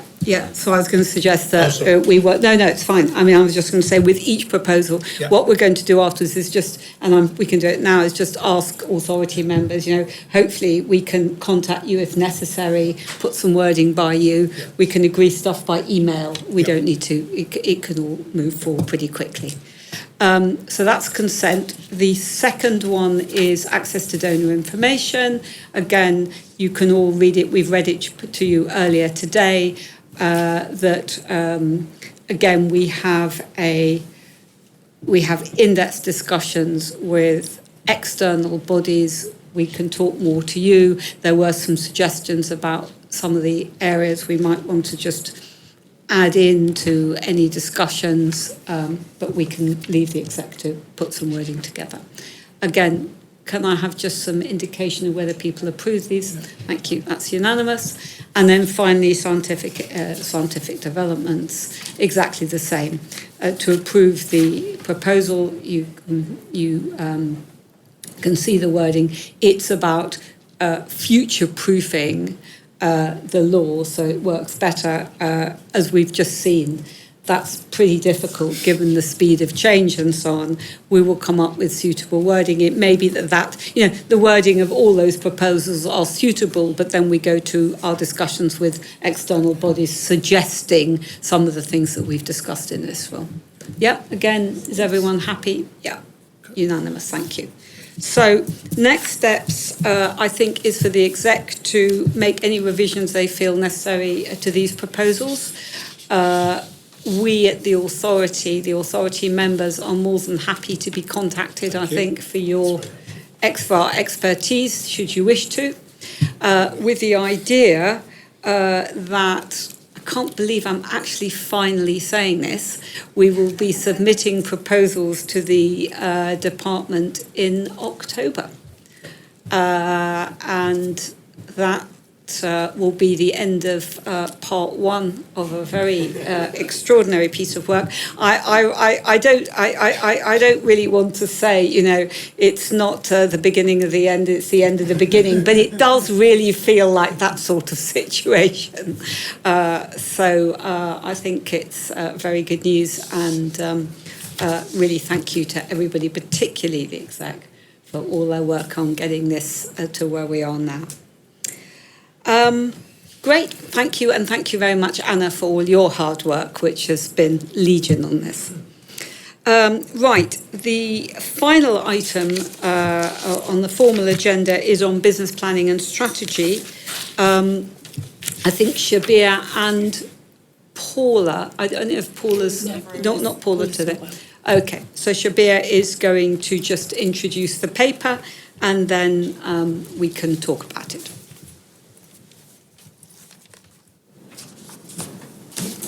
Thank you.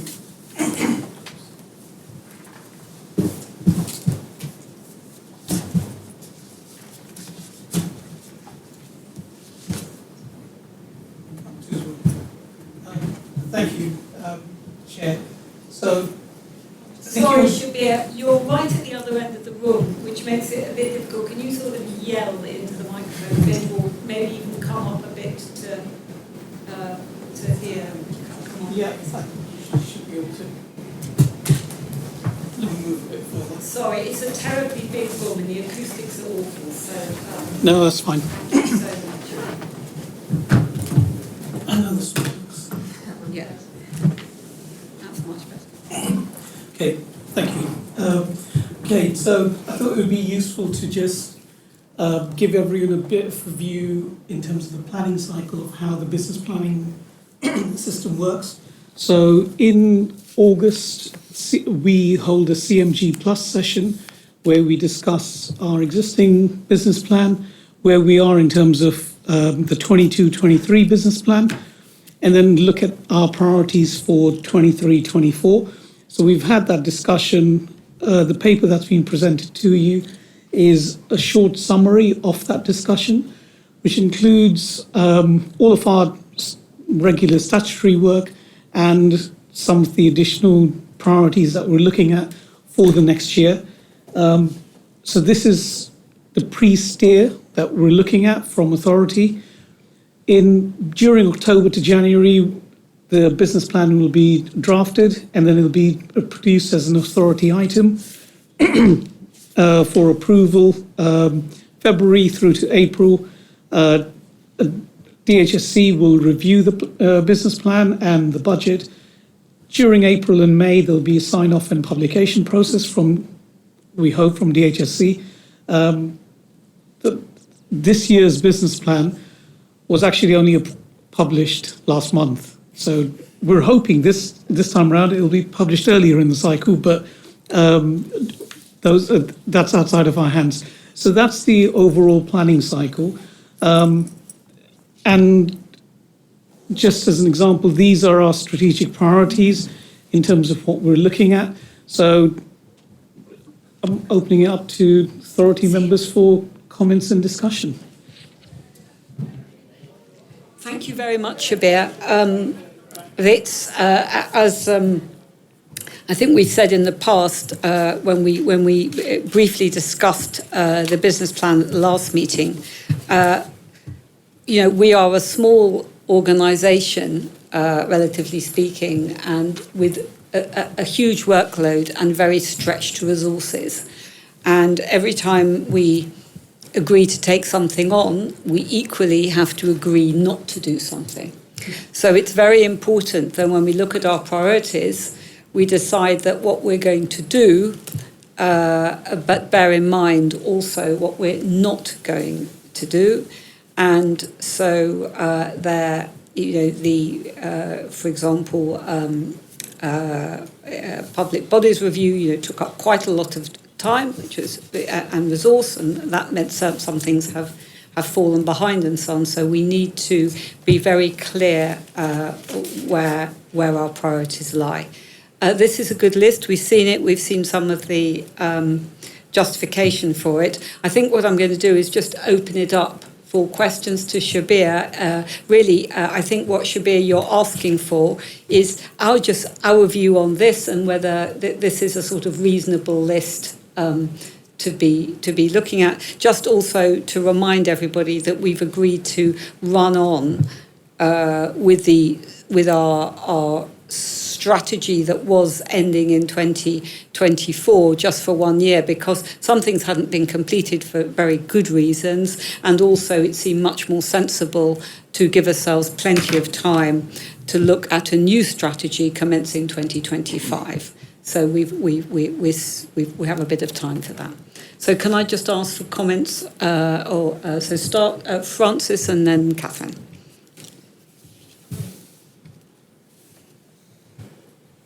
So clearly everything on the list is both important and interesting.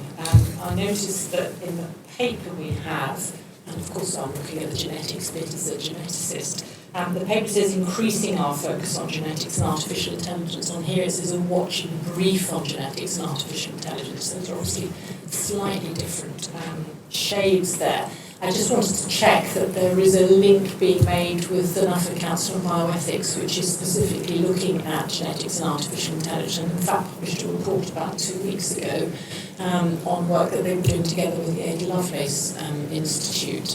And we know they are proactively looking at that, so linking in with them and keeping a watching brief may well be sufficient, although their focus will be on ethics rather than regulation. Good point, Francis. Julia and I have a meeting with David and the new chair, hopefully in the next few weeks. But I think that's a general conversation, I think, about the extent to which both of our future work programmes make sense where they overlap and where they're distinct. So, yeah, your point's well made. Thank you. Claire, do you want to just... Just to say, sorry, I don't know which wording, it has been a watching brief, but we think it should be increased to more than a watching brief. So previously our work on AI has been very much kind of monitoring what's going on, absorbing that information, not necessarily taking any or bringing anything formal to the authority. Our feeling is that in the next business plan and certainly in that strategic period, that needs to be increased, and we can see that with other health regulators as well at the moment.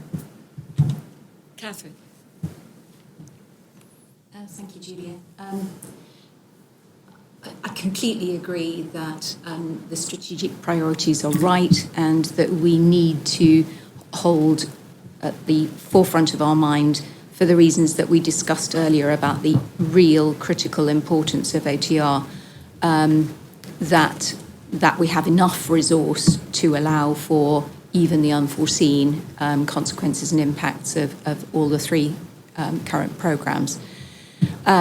Equally, I think the epicentre replacement is non-negotiable from the point of view of our accountability for a risk-based approach to our inspections.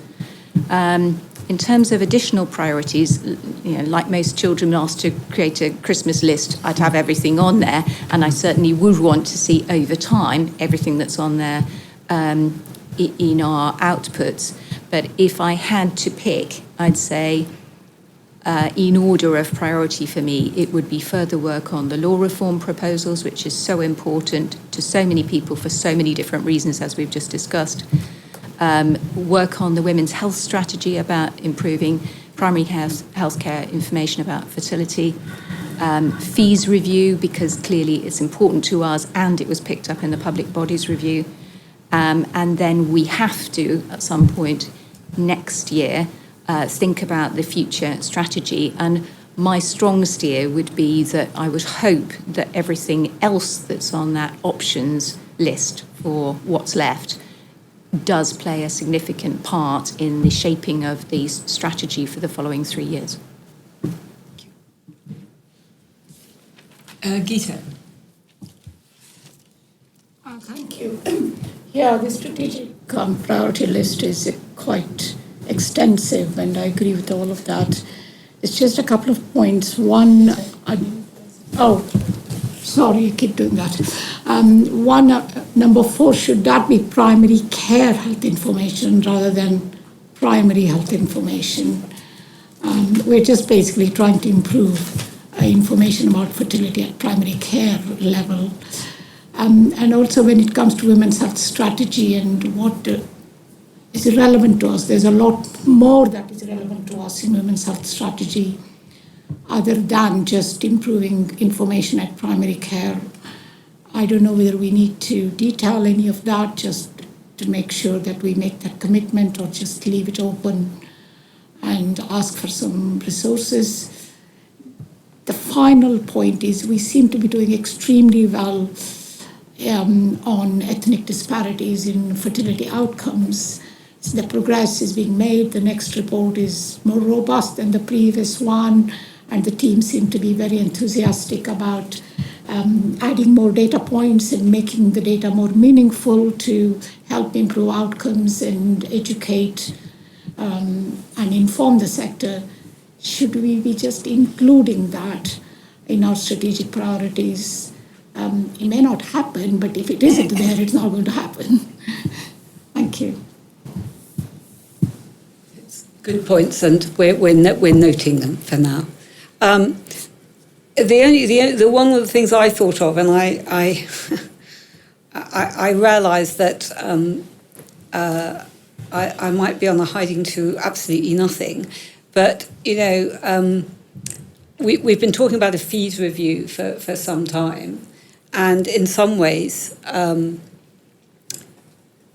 increasing or looking at our fees and getting more fees in means that we can probably afford more resource to do. It's one of the things that will give us more resource, hopefully, over time, to do a lot of other things. And we probably don't have the resource. And this, as Catherine rightly said, was a recommendation coming out of the Public Bodies Review. Now, I'm absolutely aware that we don't have the available resource at the moment. I've just noticed Tom going very white, so I'll say that very quickly. But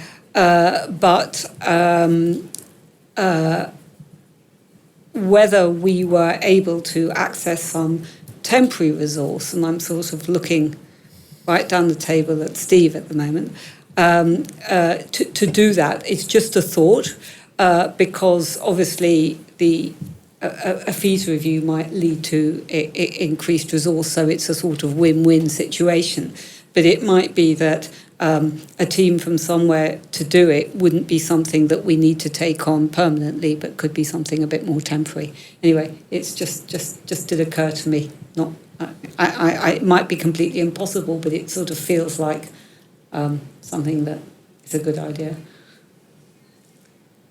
It would be great to borrow. It would be great if we were able to borrow an analyst or something like that, certainly. Yeah, exactly. Wouldn't need to be very big team. Yeah, and it's something that we could just do quickly. So, it's a serious suggestion, actually, if there is somebody knocking around in the department or somewhere where we could, yeah.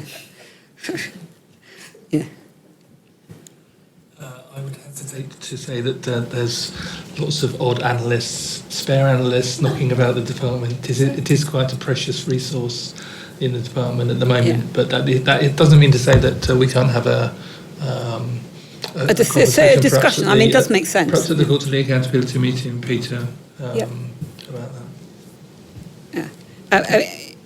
I mean, on a serious note, thank you, because at least if we could at least have a discussion there, there's a sort of bit of sense of that. So, I think you were on a good point, Julia, and Steve's right. We will pick it up in the accountability meeting.